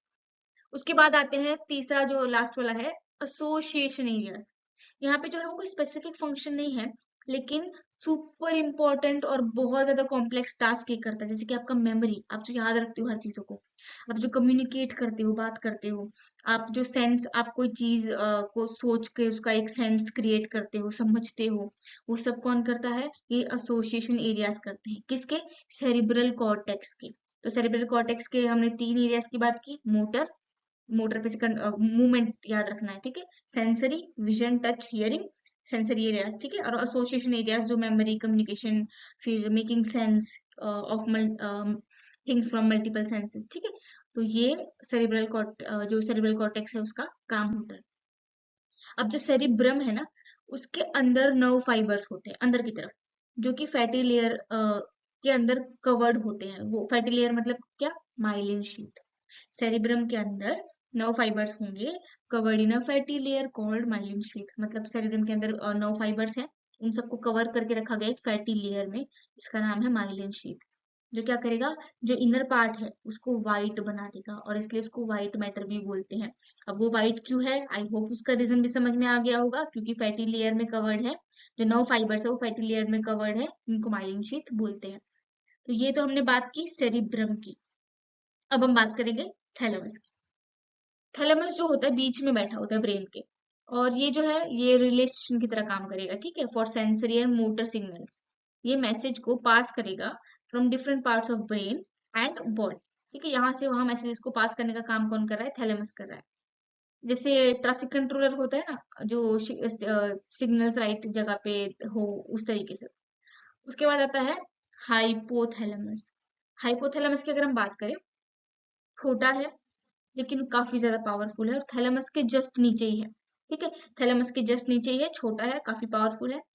ये काफी इंपॉर्टेंट फंक्शंस को कंट्रोल करता है, जैसे कि आपका बॉडी का टेम्परेचर, कब आपको गर्म रखना है, कब आपकी बॉडी को ठंडा करना है, according to your body needs, ठीक है, थैलेमस करेगा, हाइपोथैलेमस। उसके बाद जब आपको हंगर या फिर थ्रस्ट के बारे में बताना हो कि आपको खाने की जरूरत है, आपको भूख लगी है, आपको पानी पीने की जरूरत है, आपको पीने की जरूरत है, आपको प्यास लगी है, तो वो बताएगा आपका हाइपोथैलेमस। उसके बाद इसके पास स्पेशल सेल्स होते हैं जो कि हॉर्मोन्स रिलीज करते हैं to control things like growth and metabolism. Hypothalamus में स्पेशल सेल्स होते हैं जो हॉर्मोन्स रिलीज करेंगे, याद रखना है, ठीक है, जो आपका ग्रोथ और मेटाबॉलिज्म को कंट्रोल करेगा। अब लास्ट में हम आ गए हैं लिम्बिक सिस्टम पे। लिम्बिक सिस्टम जो होता है काफी इंटरेस्टिंग सा स्ट्रक्चर है फॉर ब्रेन का, और इसमें ये जो है इसमें दो पार्ट्स इंक्लूडेड है जिसे बोलते हैं एमिगडाला एंड हिप्पोकैम्पस, ठीक है, एमिगडाला एंड हिप्पोकैम्पस। अब जो लिम्बिक सिस्टम होता है ना, वो काफी क्लोजली काम करता है हाइपोथैलेमस के साथ। किसके साथ काम करेगा, हाइपोथैलेमस के साथ, और कंट्रोल करेगा आपके इमोशंस को, आपकी मेमोरी को, आपके बिहेवियर्स को, ठीक है। जैसे कि आपका इमोशनल रिएक्शन, किसी चीज के लिए आप एक्साइटेड फील करो, डरा हुआ फील करो, हैप्पी फील करो, एंग्री फील करो, ठीक है, ये लिम्बिक सिस्टम की वजह से होता है। कभी कभी आप मोटिवेटेड फील करते हो कि कोई चीज आपको करनी है, या फिर कभी कभी एकदम डिमोटिवेटेड फील करते हो कि नहीं यार मुझसे नहीं होगा, तो ये भी कौन करता है, लिम्बिक सिस्टम करता है। उसके बाद जो सेक्सुअल बिहेवियर्स होते हैं, it also plays a role in regulating attraction and sexual responses, ठीक है, तो ये भी कौन कर रहा है, लिम्बिक सिस्टम कर रहा है। तो इस तरीके से हमने स्टडी किया फॉर ब्रेन के पार्ट्स को। ये फॉर ब्रेन में क्या क्या होता है, cerebrum, thalamus, hypothalamus, limbic system, ये हमने इसमें डिस्कस किया। ऑल राइट, तो अब हम डिस्कस करने वाले हैं फॉर ब्रेन के बाद मिड ब्रेन को। तो जो मिड ब्रेन है वो एक कनेक्टर की तरह काम करता है between for brain and hind brain, ठीक है। ये स्मॉल है लेकिन इम्पोर्टेंट बहुत ज्यादा है ब्रेन के लिए, और काफी असेंशियल फंक्शंस जो होते हैं इनको वो कंट्रोल करता है। अगर बात करें मिड ब्रेन के लोकेशन की, तो ये जो होता है वो थैलेमस और हाइपोथैलेमस के जस्ट नीचे होता है, यहाँ पे ये मिड ब्रेन है, और हाइपोथैलेमस और थैलेमस जस्ट इसके ऊपर है, और पॉन्स जो है इसके जस्ट नीचे है। पॉन्स जो है वो हिंड ब्रेन का पार्ट होता है, मतलब ये हाइपोथैलेमस और थैलेमस के जस्ट नीचे है, और पॉन्स इसके नीचे आता है। हाइपोथैलेमस और थैलेमस इसके ऊपर है, बीच में मिड मिड ब्रेन है, और उसके नीचे आता है पॉन्स जो कि हिंड ब्रेन का पार्ट है। तो ये जो है एक ब्रिज की तरह काम करेगा between higher and lower parts of your brain. अब हम बात करेंगे important structures of mid brain की। सबसे पहले आता है सेरिब्रल एक्विडक्ट। सेरिब्रल एक्विडक्ट है क्या, एक स्मॉल कैनाल है जो मिड ब्रेन के बीच में से निकल रही है, ठीक है, running through the mid brain is a small canal, जिसको बोलते हैं सेरिब्रल एक्विडक्ट। ये जो एक्विडक्ट होती है इसमें सेरिब्रोस्पाइनल फ्लूइड जो होता है वो कैरी होता है डिफरेंट पार्ट्स ऑफ ब्रेन में। अभी सेरिब्रोस्पाइनल फ्लूइड जो है वो प्रोटेक्टिव फ्लूइड है, जो ब्रेन को प्रोटेक्शन और कुशनिंग प्रोवाइड करता है, ठीक है। तो ये तो हो गया सेरिब्रल एक्विडक्ट, क्या है, एक स्मॉल कैनाल है जो मिड ब्रेन के बीच में से रन करती है। सेरिब्रोस्पाइनल फ्लूइड होता है इसके अंदर, जो डिफरेंट पार्ट्स ऑफ ब्रेन में पहुंचाया जाता है। और ये जो सेरिब्रोस्पाइनल फ्लूइड है वो प्रोटेक्टिव फ्लूइड है जो कुशनिंग और प्रोटेक्शन प्रोवाइड करता है ब्रेन को। उसके बाद अगर सेकंड पार्ट की बात करें तो वो है कॉर्पोरा क्वाड्रिजेमिना। क्वाड्री, चार, ठीक है, कुछ तो है जो चार मतलब नंबर में है। तो जो मिड ब्रेन है उसके बैक साइड पे, डोर्सल साइड पे आप देखोगे कि चार राउंड बम्प्स होते हैं, जिन्हें हम कॉर्पोरा क्वाड्रिजेमिना बोलेंगे। ठीक है, ये जो बम्प्स होते हैं वो एक्चुअली क्या है, नर्व सेल्स का क्लस्टर है। किसका? नर्व सेल्स का क्लस्टर है, जो हमें दो मेन चीजों में हेल्प करेगा। ठीक है, पहला है विजुअल रिफ्लेक्सेस। जो ऊपर के दो बम्प्स होंगे ना, चार में से जो टॉप टू बम्प्स है, वो आपको हेल्प करेंगे रिस्पॉन्ड करने के लिए टू विजुअल स्टिमुलाई। जब आप कुछ देखते हो, जैसे कि आपकी आंख में अचानक से कहीं पे फ्लैश आके गिर रहा है, ठीक है, तो आप तुरंत अपना हेड घुमा लेते हो। तो ये जो है, ये विजुअल रिफ्लेक्स है। ये किसकी वजह से है? जो टॉप टू बम्प्स है ना, कॉर्पोरा क्वाड्रिजेमिना के, उसकी वजह से। उसके बाद ऑडिटरी रिफ्लेक्सेस आते हैं। जो नीचे के बॉटम टू बम्प्स होते हैं, वो आपको साउंड के टूवर्ड्स रिएक्ट करने में हेल्प करते हैं। जैसे कि एकदम लाउड नॉइज कहीं से आता है, तो आप ऑटोमेटिकली उस तरफ देख लेते हो। ठीक है, तो वो किसकी वजह से हो रहा है? जो बॉटम टू बम्प्स हैं कॉर्पोरा क्वाड्रिजेमिना के, उसकी वजह से है। ठीक है, और वो किससे बने हुए हैं? क्लस्टर ऑफ नर्व सेल से बने हुए हैं। अब जो मिड ब्रेन है वो करता क्या है? ये एक स्मॉल पार्ट है ब्रेन का। ठीक है, काफी सारे जो मूवमेंट्स होते हैं उनको कोऑर्डिनेट करने में हेल्प करता है। और स्पेशली वो मूवमेंट्स जो साइट और साउंड से रिलेटेड हो, उनको कोऑर्डिनेट करने में हेल्प करेगा। ठीक है, तो it's like the brain reflex control centre की तरह काम करेगा ऐसी चीजों के लिए जो एकदम क्विकली होती हैं। जैसे कि आप जब कोई चीज देखते हो या सुनते हो, तो आप क्विकली रिएक्ट करते हो। उसको जो है वो ये मिड ब्रेन जो है कोऑर्डिनेट करता है। तो अगर इसको सम अप करें, तो मिड ब्रेन जो है कनेक्शन है बिटवीन फोर ब्रेन और हिंड ब्रेन। इसमें सेरेब्रल एक्वेडक्ट होता है, जिसमें सेरेब्रो स्पाइनल फ्लूइड होता है।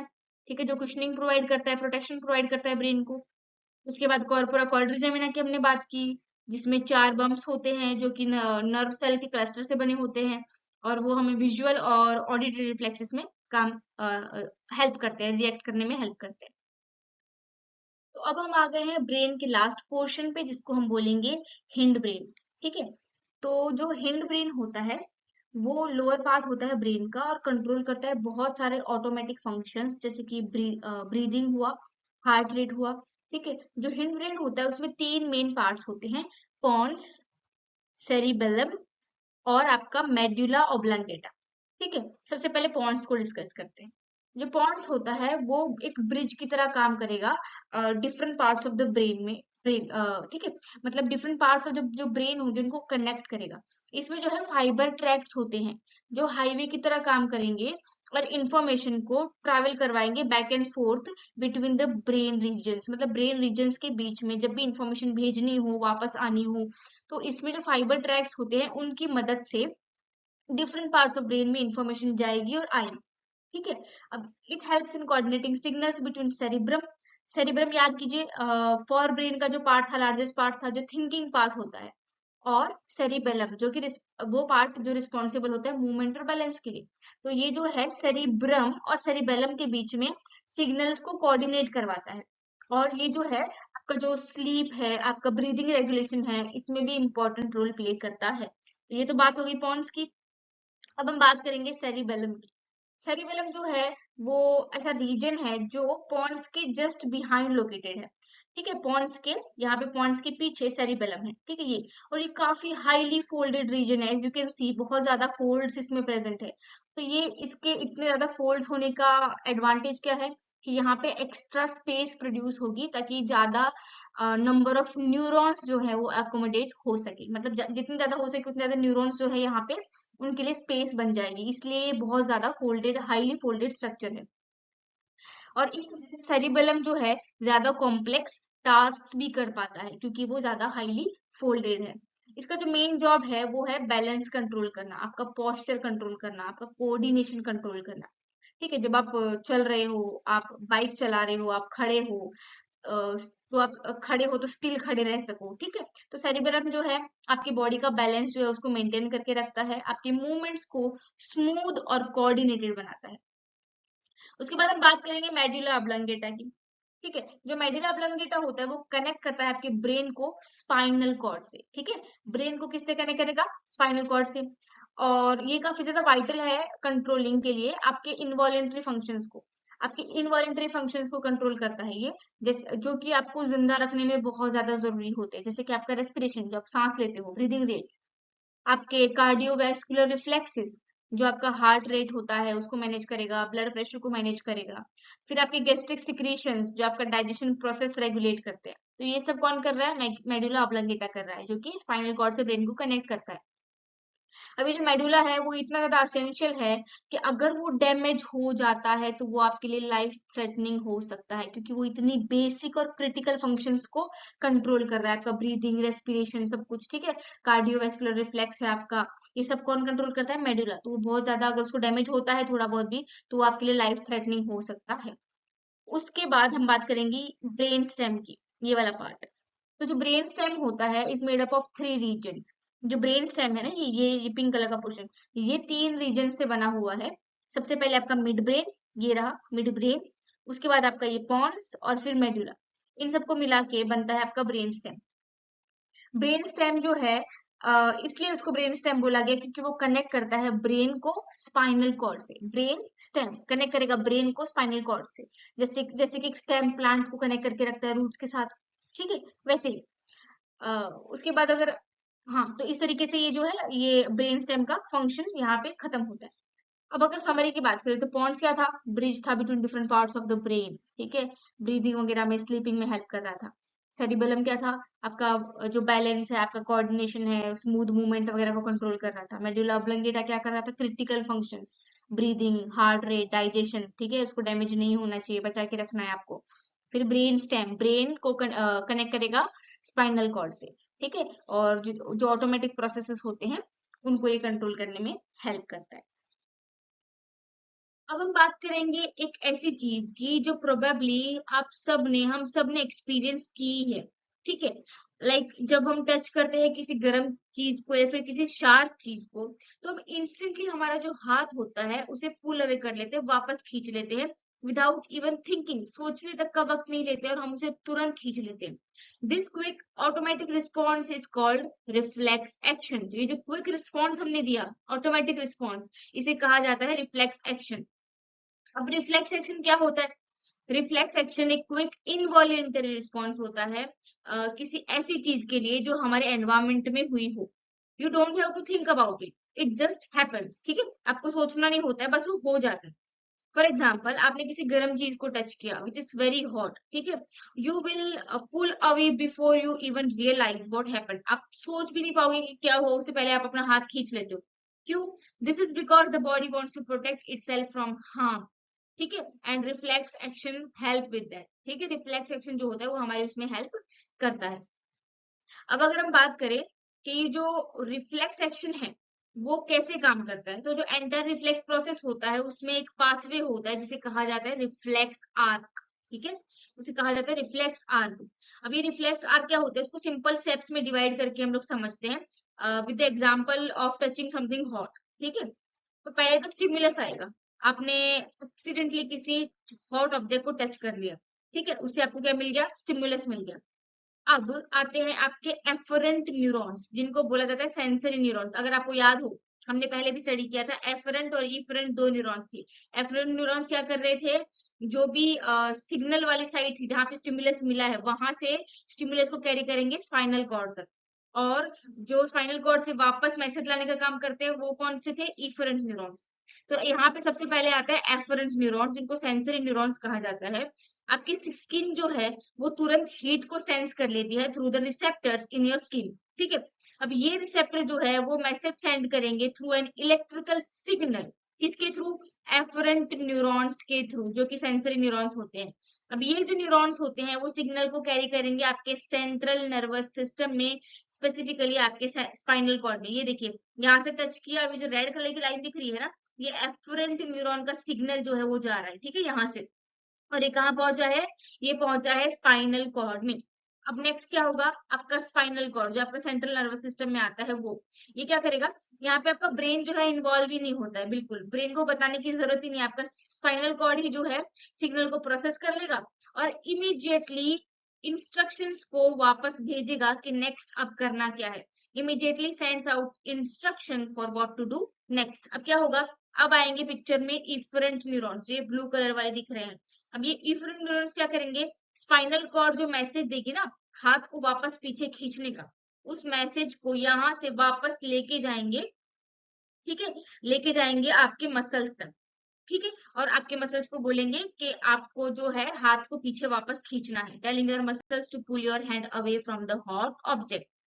फिर हम बात करेंगे इफेक्टर की। इफेक्टर क्या है?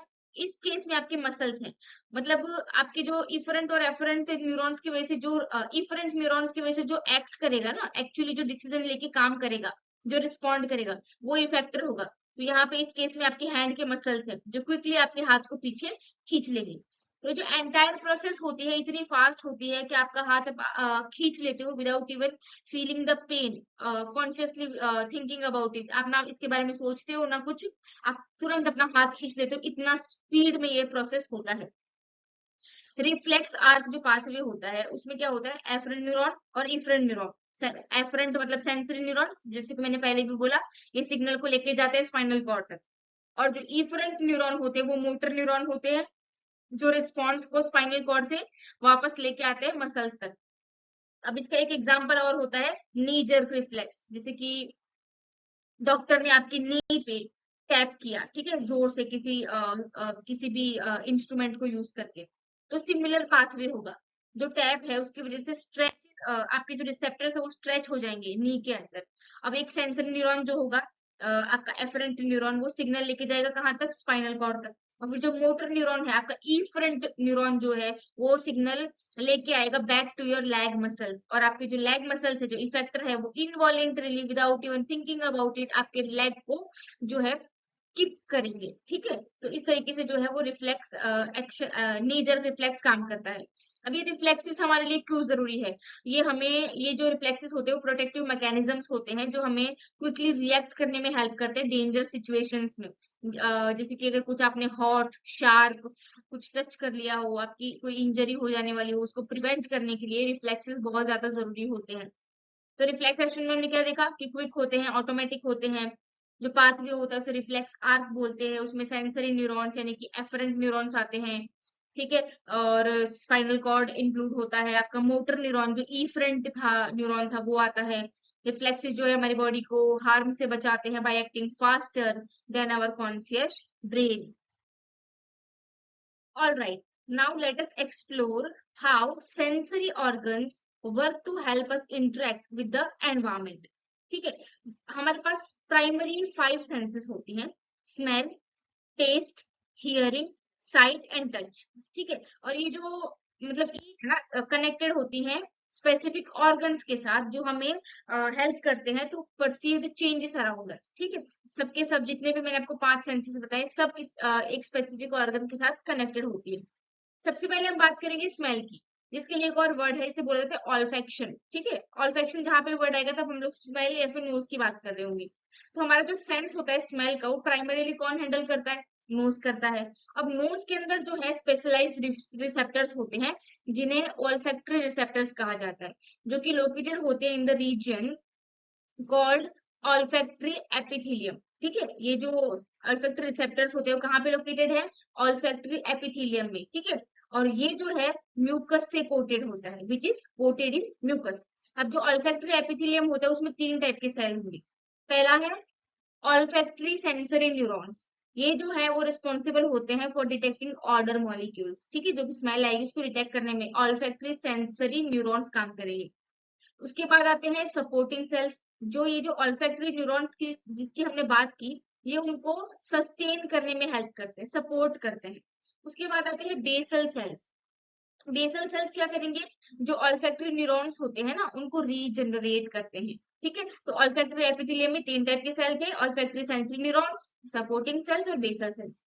तो जब आप इनहेल करते हो तो जो ऑर्डर मॉलिक्यूल्स होते हैं ना वो म्यूकस में डिसॉल्व हो जाते हैं और ऑल्फैक्टरी रिसेप्टर्स के साथ बाइंड कर लेते हैं, जिसकी वजह से ये सेंड करते हैं signal to the olfactory bulb. अब ऑल्फैक्टरी बल्ब क्या है, ये पार्ट है ब्रेन का जहां पे जो प्रोसेसिंग होती है ना स्मेल रिलेटेड या फिर जो लिंक्ड, हाँ स्मेल रिलेटेड जो प्रोसेसिंग होती है वो होती है। और वो लिंक्ड होता है लिम्बिक सिस्टम से, जिसकी हमने पहले भी बात की हुई है, जो कि इंपॉर्टेंट रोल प्ले करता है इन इमोशंस एंड मेमोरी। तो आई होप स्मेल हमें कैसे आती है आपको समझ में आ गया होगा। उसके बाद हम बात करेंगे टेस्ट की, जिसके लिए एक वर्ड है गस्टेशन। तो when we taste food and drinks using our tongue, ठीक है, which is covered in tiny structures called taste buds. हमारे टंग पे टाइनी स्ट्रक्चर्स होते हैं जिनको बोला जाता है टेस्ट बर्ड्स। और ये जो टेस्ट बर्ड्स होते हैं इन पे गस्टेटरी रिसेप्टर्स होते हैं। कौन से? गस्टेटरी रिसेप्टर्स, जो रिस्पॉन्ड करते हैं डिफरेंट टेस्ट स्टिमुलस को, जैसे कि स्वीट, सॉर, साल्टी, बिटर, ठीक है, सेवरी, इस तरीके के जो ये जो टेस्ट होते हैं उनके अगेंस्ट में वो रिस्पॉन्ड करता है। ठीक है, तो जब आप खाना खाते हो, कोई भी जो भी फूड मॉलिक्यूल होता है वो डिसॉल्व हो जाता है आपके सलाइवा में, और फिर वो इंटरेक्ट करता है आपके टेस्ट बर्ड्स के साथ। अब जो ब्रेन होता है वो इंटीग्रेट करता है इन सिग्नल्स को to create a perception of flavour.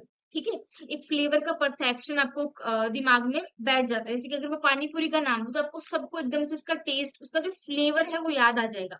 ठीक है, तो जो फ्लेवर होता है ना, it is often a combination of taste and smell. Smell भी आपको याद रहेगी इसके साथ फ्लेवर में, और टेस्ट भी आपको याद रहेगा। तो इस तरीके से ब्रेन जो सिग्नल्स है उनको इंटीग्रेट करके परसेप्शन जो है फ्लेवर का वो क्रिएट कर देता है हमारे ब्रेन में। और इस वजह से स्मेल जो है वो क्रुशियल रोल प्ले करती है कि हम फ्लेवर्स को कैसे एक्सपीरियंस करते हैं। उसके बाद आता है हियरिंग। ठीक है, ऑडिशन जिसको बोलते हैं, उसमें ईयर्स जो है बहुत रिस्पॉन्सिबल होते हैं for detecting sound waves. Sound जो होता है वो हमारे ईयर में एंटर करता है, ट्रैवल करता है थ्रू ईयर कैनाल के थ्रू ट्रैवल करके ईयर ड्रम तक पहुंच जाता है। ठीक है, ईयर ड्रम जो कान का पर्दा जिसे शायद बोलते हैं, और उसकी वजह से क्या होगा, ईयर ड्रम जो है साउंड वेव्स की वजह से वाइब्रेट होगा। अब ये जो वाइब्रेशंस होते हैं वो ट्रांसमिट होंगे through small bones in the middle ear, the ossicles, ठीक है, to the cochlea, the inner ear. ये जो जितने भी पार्ट्स है जो नाम मैं ले रही हूँ इनको हम लोग डिटेल में डिस्कस करेंगे। where they are converted into electrical signals and sent to the brain। अब ये जो है साउंड वेव्स, इनको इलेक्ट्रिकल सिग्नल्स में कन्वर्ट करके ब्रेन को भेजा जाएगा, और ब्रेन को इंटरप्रेट करेगा इन सिग्नल्स को, ताकि आप रिकॉग्नाइज कर पाओ कि आपने कौन सा साउंड सुना, आप साउंड को अंडरस्टैंड कर सकते हो। उसके बाद विजन की बात करें अगर, तो आईज उसके लिए सेंसरी ऑर्गन होती है।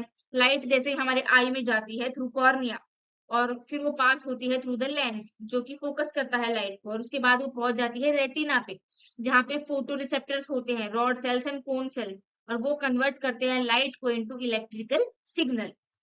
इसको भी हम डिटेल में स्टडी करेंगे। तो ये जो सिग्नल्स होते हैं ब्रेन के पास पहुंचते हैं वाया ऑप्टिक नर्व। ठीक है, ऑप्टिक नर्व के थ्रू ब्रेन के पास जाएंगे, जहाँ पे वो प्रोसेस्ड होंगे और उसकी वजह से फॉर्म होंगी images, allowing us to see colours, shapes and movements. तो ये जो how it all work together, ठीक है, ये जो सेंस होती है स्मेल की, टेस्ट की, ये सब क्लोजली लिंक होते हैं बहुत, जो डिटेक्ट करते हैं डिजॉल्व केमिकल्स। ठीक है, ये जो this overlaps enhance our perception of flavour. ठीक है, ब्रेन जो है इंटीग्रेट करता है input from all these senses to help us understand and interact with our environment. For instance, जब आप खाते हो, you are not just tasting the food but you are smelling it. आप उसे देख भी रहे हो, आप जो उसका क्रंच आ रहा है उसको सुन भी रहे हो। ठीक है, तो इस तरीके से जो सेंसरी रिसेप्शन है और उनका जो प्रोसेसिंग है वो होता है। ऑलराइट, अब हम एक क्लोजर लुक लेंगे structure and functions of human आई की तरफ, जो कि एक रिमार्केबल ऑर्गन है फॉर विजन। हम सबको पता है कि आंखें हमारे लिए कितनी जरूरी है, बिकॉज हम उनकी वजह से ही देख पाते हैं। तो आई डोंट थिंक कि कोई भी अपनी लाइफ इमेजिन कर सकता है विदाउट आईज। तो एक ओवरव्यू लेते हैं पहले आई का। ह्यूमन आई जो है वो नियरली स्पेरिकल होती है और सिचुएटेड होती है प्रोटेक्टिव सॉकेट में इन द स्कल, जिसे कहा जाता है ऑर्बिट। ठीक है, स्पेरिकल है, और कहाँ पे है, प्रोटेक्टिव सॉकेट में है, जो कहाँ प्रेजेंट है, स्कल में, और उसको बोला जाता है, इस प्रोटेक्टिव सॉकेट को बोला जाता है ऑर्बिट, जिसके अंदर जो आंखें हैं, जो ह्यूमन आई है वो सिचुएटेड है। ठीक है, अभी इसमें 3 मेन लेयर्स होती हैं और सेवरल की पार्ट्स होते हैं जो साथ में काम करते हैं, जिसकी वजह से हम देख पाते हैं। पहले हम देखते हैं लेयर्स ऑफ द आईज। ठीक है, लेयर्स को देखते हैं। सबसे पहले पहला जो लेयर है वो है स्क्लेरा। यहाँ पे देख सकते हैं, ये रहा स्क्लेरा। स्क्लेरा जो है वो सबसे आउटर मोस्ट लेयर है आंख का, और जो ये जो स्क्लेरा है वो डेंस कनेक्टिव टिश्यूज से बना हुआ है। डेंस कनेक्टिव टिश्यूज से बना हुआ है, ये काफी टफ है और प्रोटेक्शन प्रोवाइड करता है। और जो फ्रंट पार्ट होता है स्क्लेरा का उसे बोला जाता है कॉर्निया। अभी आप यहाँ से देखिए, यहाँ से एक्सटेंड हो रहा है, और ये जो स्क्लेरा का फ्रंट पार्ट है ये वाला, इसे बोलते हैं कॉर्निया, जो कि एक ट्रांसपेरेंट है, और इसकी वजह से जो लाइट है वो आंख के अंदर एंटर हो पाती है। ठीक है, आई के अंदर जो लाइट है वो एंटर हो पाती है। उसके बाद जो दूसरे लेयर की हम बात करेंगे वो है कोरोइड, यहाँ पे ये रहा कोरोइड। अभी जो कोरोइड है वो मिडल लेयर है। इसके अंदर जो है ब्लड वेसल्स होती है जो हमारी आंखों को नरिश करके रखती है। ये ब्लूइश कलर का होता है। और जो आंख का बैकवर्ड 2/3 पार्ट होता है ना, उसमें काफी थिन होता है, लेकिन जैसे जैसे एक्सटेंड होता है ये थिकन हो जाता है टू फॉर्म सीलियरी बॉडी। ये जो पार्ट है ये वाला, ये कोरोइड का जब एक्सटेंशन होता है, जैसे वो फ्रंट पार्ट में आता है, वैसे वैसे वो थिकन हो जाता है, मोटा हो जाता है, सीलियरी बॉडी फॉर्म करता है। अब सीलियरी बॉडी क्या है, इम्पोर्टेंट है फॉर फोकसिंग, क्योंकि वो जो लेंस है उसको उसकी जगह पे होल्ड करके रखता है, और उसका जो शेप है उसे एडजस्ट करके रखता है। कौन? Ciliary body. सीलियरी बॉडी क्या कर रहा है, लेंस को होल्ड करके रखेगा, उसका जो शेप है उसे एडजस्ट करके रखेगा। अब हम बात करेंगे आइरिस की। ये जो है वो कलर्ड पार्ट होता है आंखों का। ये जो जस्ट ऊपर है सीलियरी बॉडी के ऊपर, ये वाला सीलियरी बॉडी का ही एक्सटेंशन है ये, जिसे आइरिस बोलते हैं, कलर्ड पार्ट है। और ये जो है सीलियरी बॉडी की कंटिन्यूएशन से फॉर्म हुआ है, जैसे मैंने आपको अभी बताया। ये जो है प्यूपिल का साइज को कंट्रोल करके रखता है, जो कि ओपनिंग सेंटर है आइरिस का। ठीक है, ओपनिंग है in the centre of the iris. by contracting or relaxing muscle fibers, regulating the amount of light that enters the eye। ठीक है, ये जो आंखों के अंदर अमाउंट ऑफ लाइट जो एंटर होती है उसे भी जो है कंट्रोल करके रखता है। कौन? आइरिस। उसके बाद हम बात करेंगे लेंस और चैम्बर्स की जो प्रेजेंट है हमारे आईज में। सबसे पहले बात करेंगे लेंस की। लेंस जो है ये रहा, ये ट्रांसपेरेंट स्ट्रक्चर होता है बिहाइंड द प्यूपिल। प्यूपिल के जस्ट पीछे ट्रांसपेरेंट स्ट्रक्चर है जो फोकस करता है लाइट को ऑन टू द रेटिना। यहाँ से लाइट को फोकस करेगा रेटिना पे। ठीक है, ये रहा रेटिना, यहाँ पे पीछे की तरफ रेटिना के ऊपर लाइट को फोकस करेगा। कौन? Lens. It changes shape to help us to see objects that are at different distance, a process called accommodation। accommodation के थ्रू ये जो लेंस होता है खुद का शेप जो है उसको चेंज करता है, ताकि हम डिफरेंट डिस्टेंसेस पे क्लियरली देख सके, और इस प्रोसेस को बोलते हैं एकोमोडेशन। उसके बाद हम बात करेंगे चैम्बर्स की। पहला है एक्वियस चैम्बर, यहाँ पे ये है एक्वियस चैम्बर। ठीक है, एक्वियस चैम्बर जो है वो स्पेस है बिटवीन ये cornea and the lens. Lens और कॉर्निया के बीच का जो स्पेस है उसे बोलते हैं एक्वियस चैम्बर। अभी जो एक्वियस चैम्बर है ये एक क्लियर फ्लूइड से भरा हुआ है, जिसे बोलते हैं एक्वियस ह्यूमर। क्या बोलते हैं? एक्वियस ह्यूमर, जिसकी वजह से जो इंट्राओक्यूलर प्रेशर होता है वो मेंटेन होता है, और ये न्यूट्रिएंट भी प्रोवाइड करता है। कौन? Aqueous humour. ठीक है, ये जो स्पेस है यहाँ पे जो लिक्विड फील्ड है उसको बोलते हैं एक्वियस ह्यूमर। उसके बाद हम बात करेंगे विट्रस चैम्बर की। ये रहा, जो स्पेस होती है between lens and the retina, ये जो लेंस और रेटिना के बीच की स्पेस है उसे बोलेंगे विट्रस चैम्बर, जो कि एक जेल लाइक सब्सटेंस से भरा हुआ है, जिसे बोलते हैं विट्रस ह्यूमर। ठीक है, यहाँ पे जेल लाइक स्ट्रक्चर सब्सटेंस भरा होगा जिसे बोलेंगे विट्रस ह्यूमर। इसकी वजह से क्या होता है कि जो हमारे आईज होती हैं उसका शेप जो है वो मेंटेन रहता है, और जो लाइट होती है वो रेटिना तक पहुंच पाती है। अब हम एक इनर लेयर की बात करेंगे जो कि है रेटिना, ये वाला रेटिना की बात करेंगे। जो रेटिना है वो इनर मोस्ट लेयर है आंख का, और बहुत ही क्रूशियल होता है विजन के लिए, इसकी वजह से हम देख पाते हैं। इसमें 3 लेयर होती हैं न्यूरल सेल्स की। ठीक है, कितनी लेयर है रेटिना में? 3 लेयर है न्यूरल सेल्स की। पहला है गैंग्लियन सेल, दूसरा है बाइपोलर सेल्स, और तीसरा है फोटो रिसेप्टर सेल्स। ठीक है, तो जो फोटो रिसेप्टर सेल्स होते हैं ये लाइट सेंसिटिव सेल्स होती हैं। फोटो रिसेप्टर सेल्स क्या है? लाइट सेंसिटिव, लाइट से सेंसिटिव होती है, लाइट को लाइट के अगेंस्ट में ये रिएक्ट करती है, लाइट सेंसिटिव होती है, responsible for converting light into electrical signals, light को इलेक्ट्रिकल सिग्नल्स में कन्वर्ट करती है। अब जो फोटो रिसेप्टर सेल्स होती है वो 2 टाइप की होती है, याद रखना है। फोटो रिसेप्टर सेल्स 2 टाइप की होती है, रॉड्स एंड कोन्स। ठीक है, रॉड्स जो होती है वो सेंसिटिव होती है टू लो लाइट लेवल्स, इसलिए इस विजन को स्कोटोपिक विजन भी कहा जाता है। कौन सा? Scotopic vision, scotopic vision. ठीक है, लो लाइट लेवल से सेंसिटिव होती हैं, और ये जो कलर डिटेक्शन होता है ना ये नहीं कर पाती है, they do not detect colours. ठीक है, they contain a pigment called rhodopsin. इनको रॉड सर बोला गया है, रॉड से रोडोप्सिन याद रखना है। ठीक है, और विजुअल पर्पल भी जिसे बोलते हैं, जिसकी वजह से हम डिम लाइट में देख पाते हैं। ठीक है, तो रोड सेल्स की वजह से हम डिम लाइट में देख पाएंगे। उसके बाद आते हैं कोन सेल्स, जो रिस्पॉन्सिबल होते हैं for vision in day light, जिसे फोटोपिक विजन बोलते हैं। कौन सा? फोटोपिक। और ये कलर डिटेक्शन भी करती है, कलर को डिटेक्ट कर लेती है। और there are three type of cones, cone cells तीन टाइप की होती हैं, जो कि सेंसिटिव होती है to different wavelength of light. हर अलग टाइप का जो कोन सेल होगा वो अलग वेवलेंथ ऑफ लाइट से सेंसिटिव होगा। और उसमें आते हैं रेड, ग्रीन और ब्लू कोन सेल्स।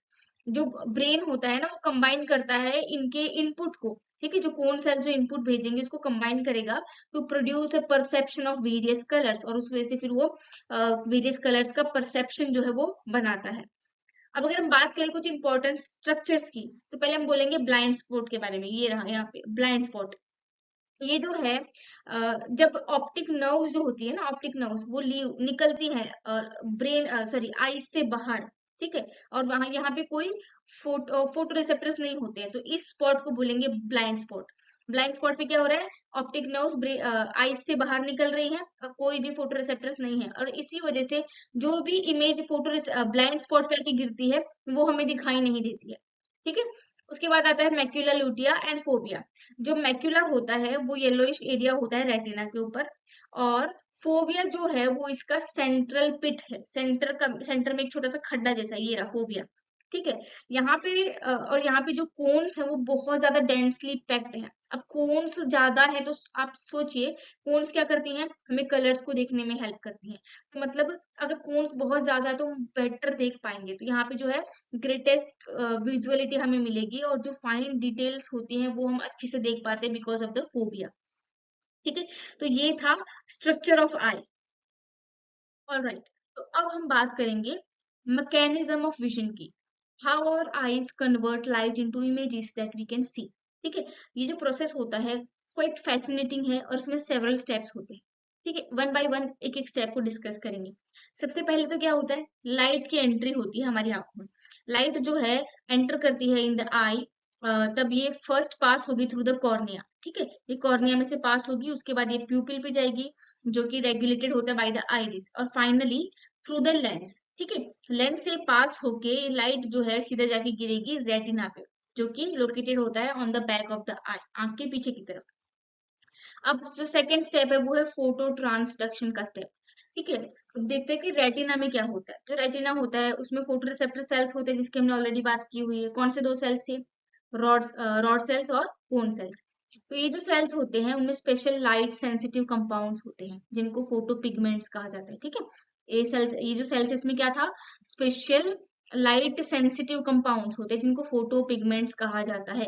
अब ये जो फोटो पिगमेंट्स है, दो पार्ट के बने होते हैं, ठीक है, दो पार्ट से बने होते हैं, दो। ऑप्सिन जो कि एक प्रोटीन है, और रेटिनल जो कि एक डेरिवेटिव है विटामिन ए का, स्पेसिफिकली एक अल्डिहाइड है, ठीक है। ऑप्सिन क्या है? एक प्रोटीन है, और रेटिनल क्या है?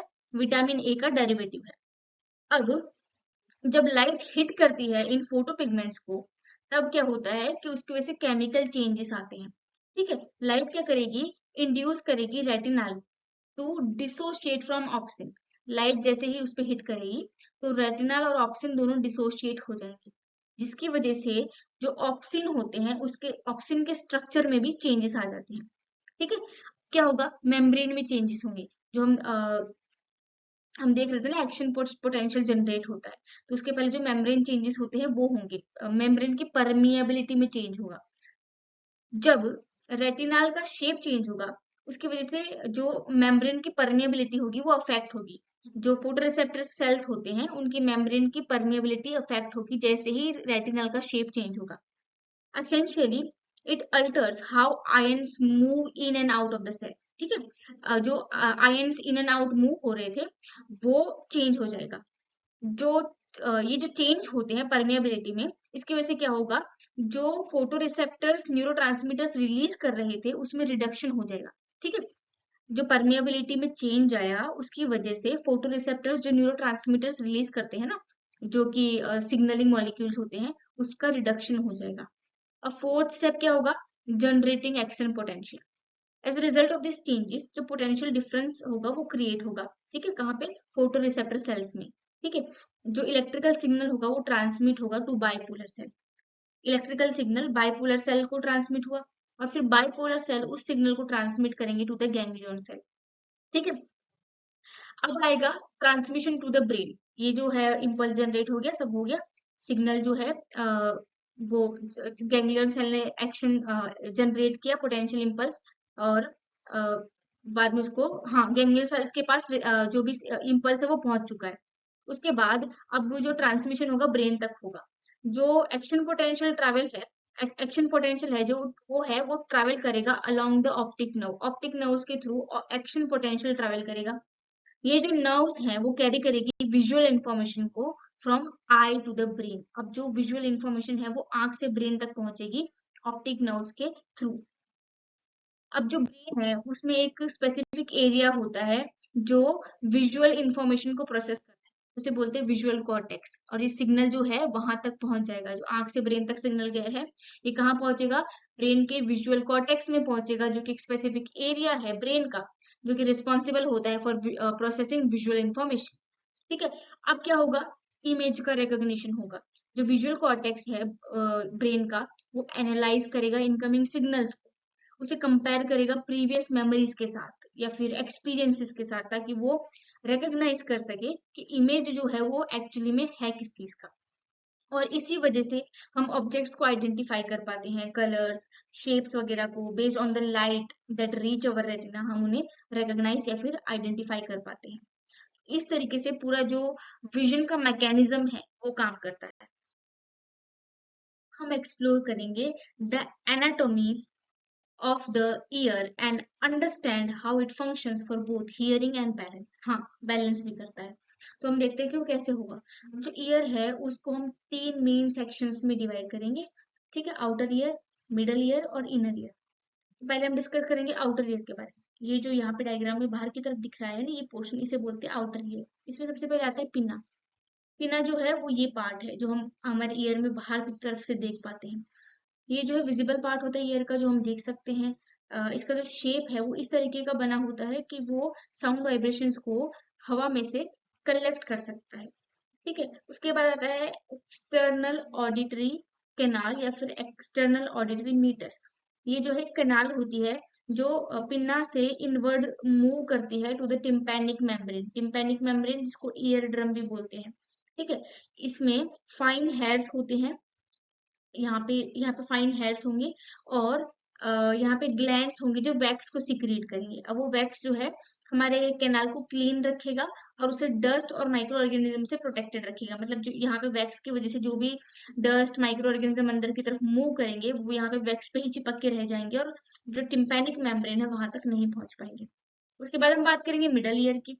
तो मिडल ईयर में आता है सबसे पहले टिम्पैनिक मेम्ब्रेन, जो ईयर ड्रम होता है वो। ये जो मेम्ब्रेन है, this membrane vibrates when sound wave hits it. ठीक है, जैसे साउंड वेव्स यहाँ से अंदर आके इस पे हिट करेंगे, ये मेम्ब्रेन जो है वाइब्रेट होगी और कन्वर्ट करेगी साउंड एनर्जी को इनटू मैकेनिकल एनर्जी। ठीक है। उसके बाद हम बात करेंगे ऑसिकल्स की। ऑसिकल जो है वो तीन टाइनी बोन्स है जो कहाँ पे प्रेजेंट है, मिडल ईयर में, जिन्हें बोला जाता है मैलियस, जिसका दूसरा नाम है हैमर, इनकस जिसको एनविल भी बोलते हैं, और स्टेप्स जिसे स्टिरअप भी बोलते हैं। ठीक है, इनकस, मैलियस और स्टेप्स। अब जो मैलियस होता है, ये जो तीनों तीन बोन है वो एक चेन में कनेक्टेड है। ठीक है।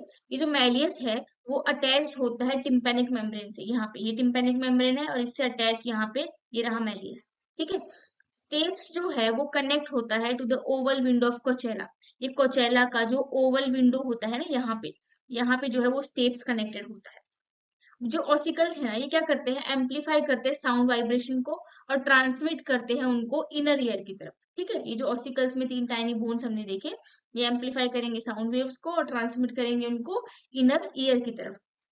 उसके बाद हम बात करेंगे उस्टैचियन ट्यूब की। ठीक है, ये वाला जो ट्यूब होता है इसे बोलते हैं उस्टैचियन ट्यूब।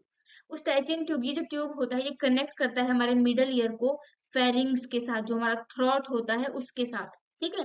जिसकी वजह से जो एयर प्रेशर होता है ना वो इक्वलाइज हो जाता है on the both sides of the tympanic membrane. जो एयर प्रेशर होता है उसको इक्वलाइज करने के लिए ये जो स्टेचियन ट्यूब होता है वो फेरिंग्स यानी थ्रॉट के साथ कनेक्टेड होता है, और ये प्रॉपर हियरिंग के लिए बहुत ज्यादा जरूरी होता है। उसके बाद हम बात करेंगे इनर ईयर की। इनर ईयर जो है वो फिल्ड होता है with fluid and has two main parts. Fluid से भरा हुआ है और उसमें दो मेन पार्ट्स होते हैं जिनको बोलते हैं बोनी लेबिरिंथ और मेम्ब्रेनस लेबिरिंथ। ठीक है, और यहाँ पे आप देख सकते हैं ये जो कोचेला है, ये कोचेला, इसको अगर हम डिस्कस करें तो ये कॉइल्ड स्ट्रक्चर होता है जो रिस्पॉन्सिबल होता है फॉर हियरिंग। और जो कोचेला होता है उसके इनसाइड में स्केला वेस्टिबुली होता है, जैसे कि you can see here scala vestibuli and scala tympani. Here scala vestibuli and scala tympani. Scala vestibuli और जो स्केला टिम्पैनी होता है ये फिल्ड होते हैं विथ फ्लूइड जिसको बोला जाता है पेरिलिम्फ। ठीक है, पेरिलिम्फ से दोनों के दोनों भरे हुए रहते हैं। उसके बाद हम बात करेंगे स्केलर मीडिया की, जो यहाँ पे है ये वाला पोर्शन स्केलर मीडिया, जिसको कोचेलर डक्ट भी कहा जाता है। इसमें अनदर फ्लूइड होता है जिसको बोलते हैं एंडोलिम्फ। ठीक है, एंडोलिम्फ इसको बोलते हैं। उसके बाद हम बात करेंगे इसकी ऑर्गन ऑफ कॉर्टाई की, ये वाला ऑर्गन ऑफ कॉर्टाई, ये लोकेटेड होता है in the basilar membrane. Basilar membrane कहाँ है, ये रहा। ये कहाँ पे जो ऑर्गन कॉर्टाई है वो बेसिलर मेम्ब्रेन पे लोकेटेड होता है विद इन द कॉचेला। ये जो स्ट्रक्चर है कॉचेला, इसके अंदर का ये स्ट्रक्चर है ये वाला। ठीक है, और ये बेसिलर मेम्ब्रेन के पास कौन लोकेटेड है, ऑर्गन ऑफ कॉर्टाई। अब जो ऑर्गन ऑफ कॉर्टाई होता है उसमें हेयर सेल्स होते हैं जो ऑडिटरी रिसेप्टर्स की तरह काम करेंगे। कौन से सेल है, हेयर सेल, जो ऑडिटरी रिसेप्टर की तरह काम करेंगे। वो काम कैसे करते हैं, जब साउंड वेव एंटर होगा कोचेला के अंदर तो जो फ्लूइड यहाँ पे भरा हुआ है ना सारा का सारा, वो मूव होने लगेगा और उसकी वजह से एक स्टिमुलेशन क्रिएट होगा हेयर सेल्स के लिए। हेयर सेल्स स्टिमुलेट हो जाएंगे। ठीक है, अब जो हेयर सेल्स हैं उनके पास एक टाइनी हेयर लाइक स्ट्रक्चर होता है, मतलब ईच हेयर सेल क्या है, एक टाइनी हेयर लाइक स्ट्रक्चर ही है खुद में। ठीक है, जिसको स्टीरियोसीलिया बोलते हैं ऑन टॉप, स्टीरियोसीलिया। ठीक है, अब ये जो हेयर होते हैं ना ये बैंड हो जाते हैं जब इलेक्ट्रिकल सिग्नल जनरेट होगा। यहाँ पे जो हेयर सेल्स प्रेजेंट होंगे वो बैंड हो जाएंगे जब इलेक्ट्रिकल सिग्नल जो है जनरेट होगा तब। अब ये जो सिग्नल है वो ट्रांसमिट होगा to the brain via the auditory nerve allowing us to perceive sound. जो ये सिग्नल जो जनरेट हुआ है ये क्या करेगा, ट्रांसमिट होगा टू द ब्रेन, किसके थ्रू, ऑडिटरी नर्व के थ्रू, जिसकी वजह से हम साउंड परसीव कर पाते हैं। ठीक है, तो कोचेला के अंदर क्या हो रहा है, जैसे ही साउंड वेव्स आ रही हैं तो जो जितना भी फ्लूइड है वो वाइब्रेट करेगा, जिसकी वजह से जो हेयर सेल्स हैं वो जो है बैंड हो जाएंगे इलेक्ट्रिकल सिग्नल्स की वजह से, और सिग्नल जो है ट्रांसमिट होगा from brain to sorry from ear to the brain, brain through auditory nerve. उसके बाद हम बात करेंगे वेस्टिबुलर एपरेटस की। ठीक है, ये कोचेला के जस्ट ऊपर अबोव लोकेटेड होता है और ये जो वेस्टिबुलर एपरेटस होता है ये बहुत ज्यादा क्रूशियल होता है बैलेंसिंग के लिए। ठीक है, बैलेंसिंग के लिए जो मैंने पहले भी आपको बोला कि हाँ ईयर जो है बैलेंसिंग में भी हेल्प करता है, तो वो इस वेस्टिबुलर एपरेटस की वजह से होता है। अब वो कैसे होता है, इसमें जो है तीन सेमी सर्कुलर कैनाल्स होती है। क्या, तीन सेमी सर्कुलर कैनाल्स होती है वेस्टिबुलर एपरेटस के अंदर। अब ये जो कैनाल्स होती हैं वो डिफरेंट प्लेन्स में ओरिएंटेड होती हैं और डिटेक्ट करती है रैशनल मूवमेंट ऑफ हेड। हमारा हेड किस तरीके से मूव हो रहा है उसे डिटेक्ट करेंगे ये। अब क्या होगा, ये जो स्ट्रक्चर्स होते हैं जिसे ऑलिथ ऑर्गन ऑटोलिथ ऑर्गन्स बोला जाता है, उसमें आते हैं सेक्यूल्स और यूट्रिकल्स। ठीक है, ऑटोलिथ ऑर्गन्स जिसमें आते हैं सेक्यूल्स और यूट्रिकल्स, और ये जो स्ट्रक्चर्स होते हैं इनमें हेयर सेल्स होंगे और ये सेंसिटिव होंगे to linear acceleration acceleration and gravity. अभी जो the base of each semi circular canal होगा ना, जो सेमी सर्कुलर कैनाल का बेस होगा वो स्वॉलन होगा और उसमें एम्प्यूला होगा। ठीक है, एम्प्यूला होगा जो कि जिसके पास रिज होती है, एक रिज होती है जिसे कहा जाता है क्रिस्टा एम्पुलरिस। ठीक है, सेमी सर्कुलर कैनाल के बेस पे जो कि स्वॉलन होता है उस पे एम्प्यूला होता है, एम्प्यूला में एक रिज होती है जिसे बोला जाता है क्रिस्टा एम्पुलरिस, जो कि इन हेयर सेल्स को हाउस करके रखता है। और जो मैक्यूला होता है, मैक्यूला एंड सेक्यूल जो होते हैं जो मैक और सेक्यूल और यूट्रिकल्स में मैक्यूला होता है, इनका भी सिमिलर फंक्शन होता है। ठीक है, तो इस तरीके से जो ईयर है उसका स्ट्रक्चर होता है। अब हम जो हियरिंग का मैकेनिज्म होता है उसे फटाफट सिंपल स्टेप्स में अंडरस्टैंड करेंगे। सबसे पहले क्या होगा, साउंड वेव्स का कलेक्शन होगा। जो एक्सटर्नल ईयर होता है वो साउंड वेव्स को फ्रॉम द एनवायरनमेंट कलेक्ट करेगा और उन्हें डायरेक्ट करेगा टुवर्ड्स द ईयर ड्रम, जो टिम्पैनिक मेम्ब्रेन होता है उसकी तरफ साउंड वेव्स को डायरेक्ट कर देगा। अब इसकी वजह से क्या होगा कि जो ईयर ड्रम है वो वाइब्रेट होगा। ठीक है, in response to the sound waves. उसके बाद क्या होगा, जैसे ईयर ड्रम जो है वाइब्रेट करने लगेगा, तो उसके बाद जो है ट्रांसमिशन होगा थ्रू ऑसिकल्स। अब ऑसिकल्स क्या थे? 3 टाइनी बोन्स थे, ठीक है, इन द मिडल ईयर, जिनको ऑसिकल्स बोला जाता है। उनका नाम क्या था? मैलियस, जिसको हैमर बोलते हैं, इनकस, जिसको एनविल बोलते हैं, और तीसरा था स्टेप्स, जिसे स्टिरअप बोलते हैं। अब अगर आपको याद हो, जो स्टेप्स था वो कनेक्टेड था टू द ओवल विंडो, जो कि मेम्ब्रेन कवर्ड ओपनिंग है किसकी? कॉचलिया की। अब इसकी वजह से, स्टेप्स की वजह से, क्योंकि स्टेप्स कॉचलिया के ओवल विंडो से कनेक्टेड है, तो वाइब्रेशन जो है वो कॉचलिया में पहुंच जाएंगी। The vibration from steps pushed against the oval window creating waves in the fluid inside कॉचलिया। कॉचलिया में काफी सारा फ्लूइड था, हमें याद है, पेरिलिम्फ, एंडोलिम्फ, उसके अंदर क्या होगा? वाइब्रेशंस पहुंच जाएगा।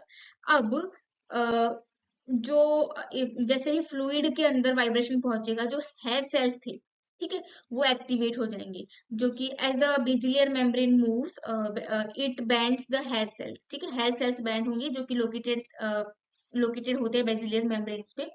अब ये जो हेयर सेल्स हैं वो कवर्ड होते हैं बाय अ थिन मेम्ब्रेन, जिसको बोलते हैं टेक्टोरल मेम्ब्रेन। और जब हेयर सेल्स बैंड होते हैं, तो उसकी वजह से क्या होगा? नर्व इम्पल्स जनरेट होगा, ठीक है। अब ये जो नर्व इम्पल्स जनरेट होगा, इसको जो ऑडिटरी नर्व्स होती हैं वो ब्रेन के ऑडिटरी कॉर्टेक्स में लेके जाएगी, जहाँ पे जो ऑडिशन रिलेटेड इंफॉर्मेशन होती है, हियरिंग रिलेटेड इंफॉर्मेशन होती है, वो एनालाइज होती है। तो ये सिग्नल्स वहां पे एनालाइज होंगे, allowing us to recognise and understand the sound. तो this is how the mechanism of hearing works. तो यहाँ पे ये जो हमारा चैप्टर है, न्यूरल कंट्रोल एंड कोऑर्डिनेशन, खत्म होता है। इसमें हमने सारे ही टॉपिक्स जो एनसीईआरटी बुक में है उनको डिटेल में डिस्कस किया है। अगर आपको कोई भी डाउट है या फिर कोई सजेशन है हमारे लिए, तो आप उसे कमेंट सेक्शन में जरूर डालिएगा। Thank you so much. Subscribe for more.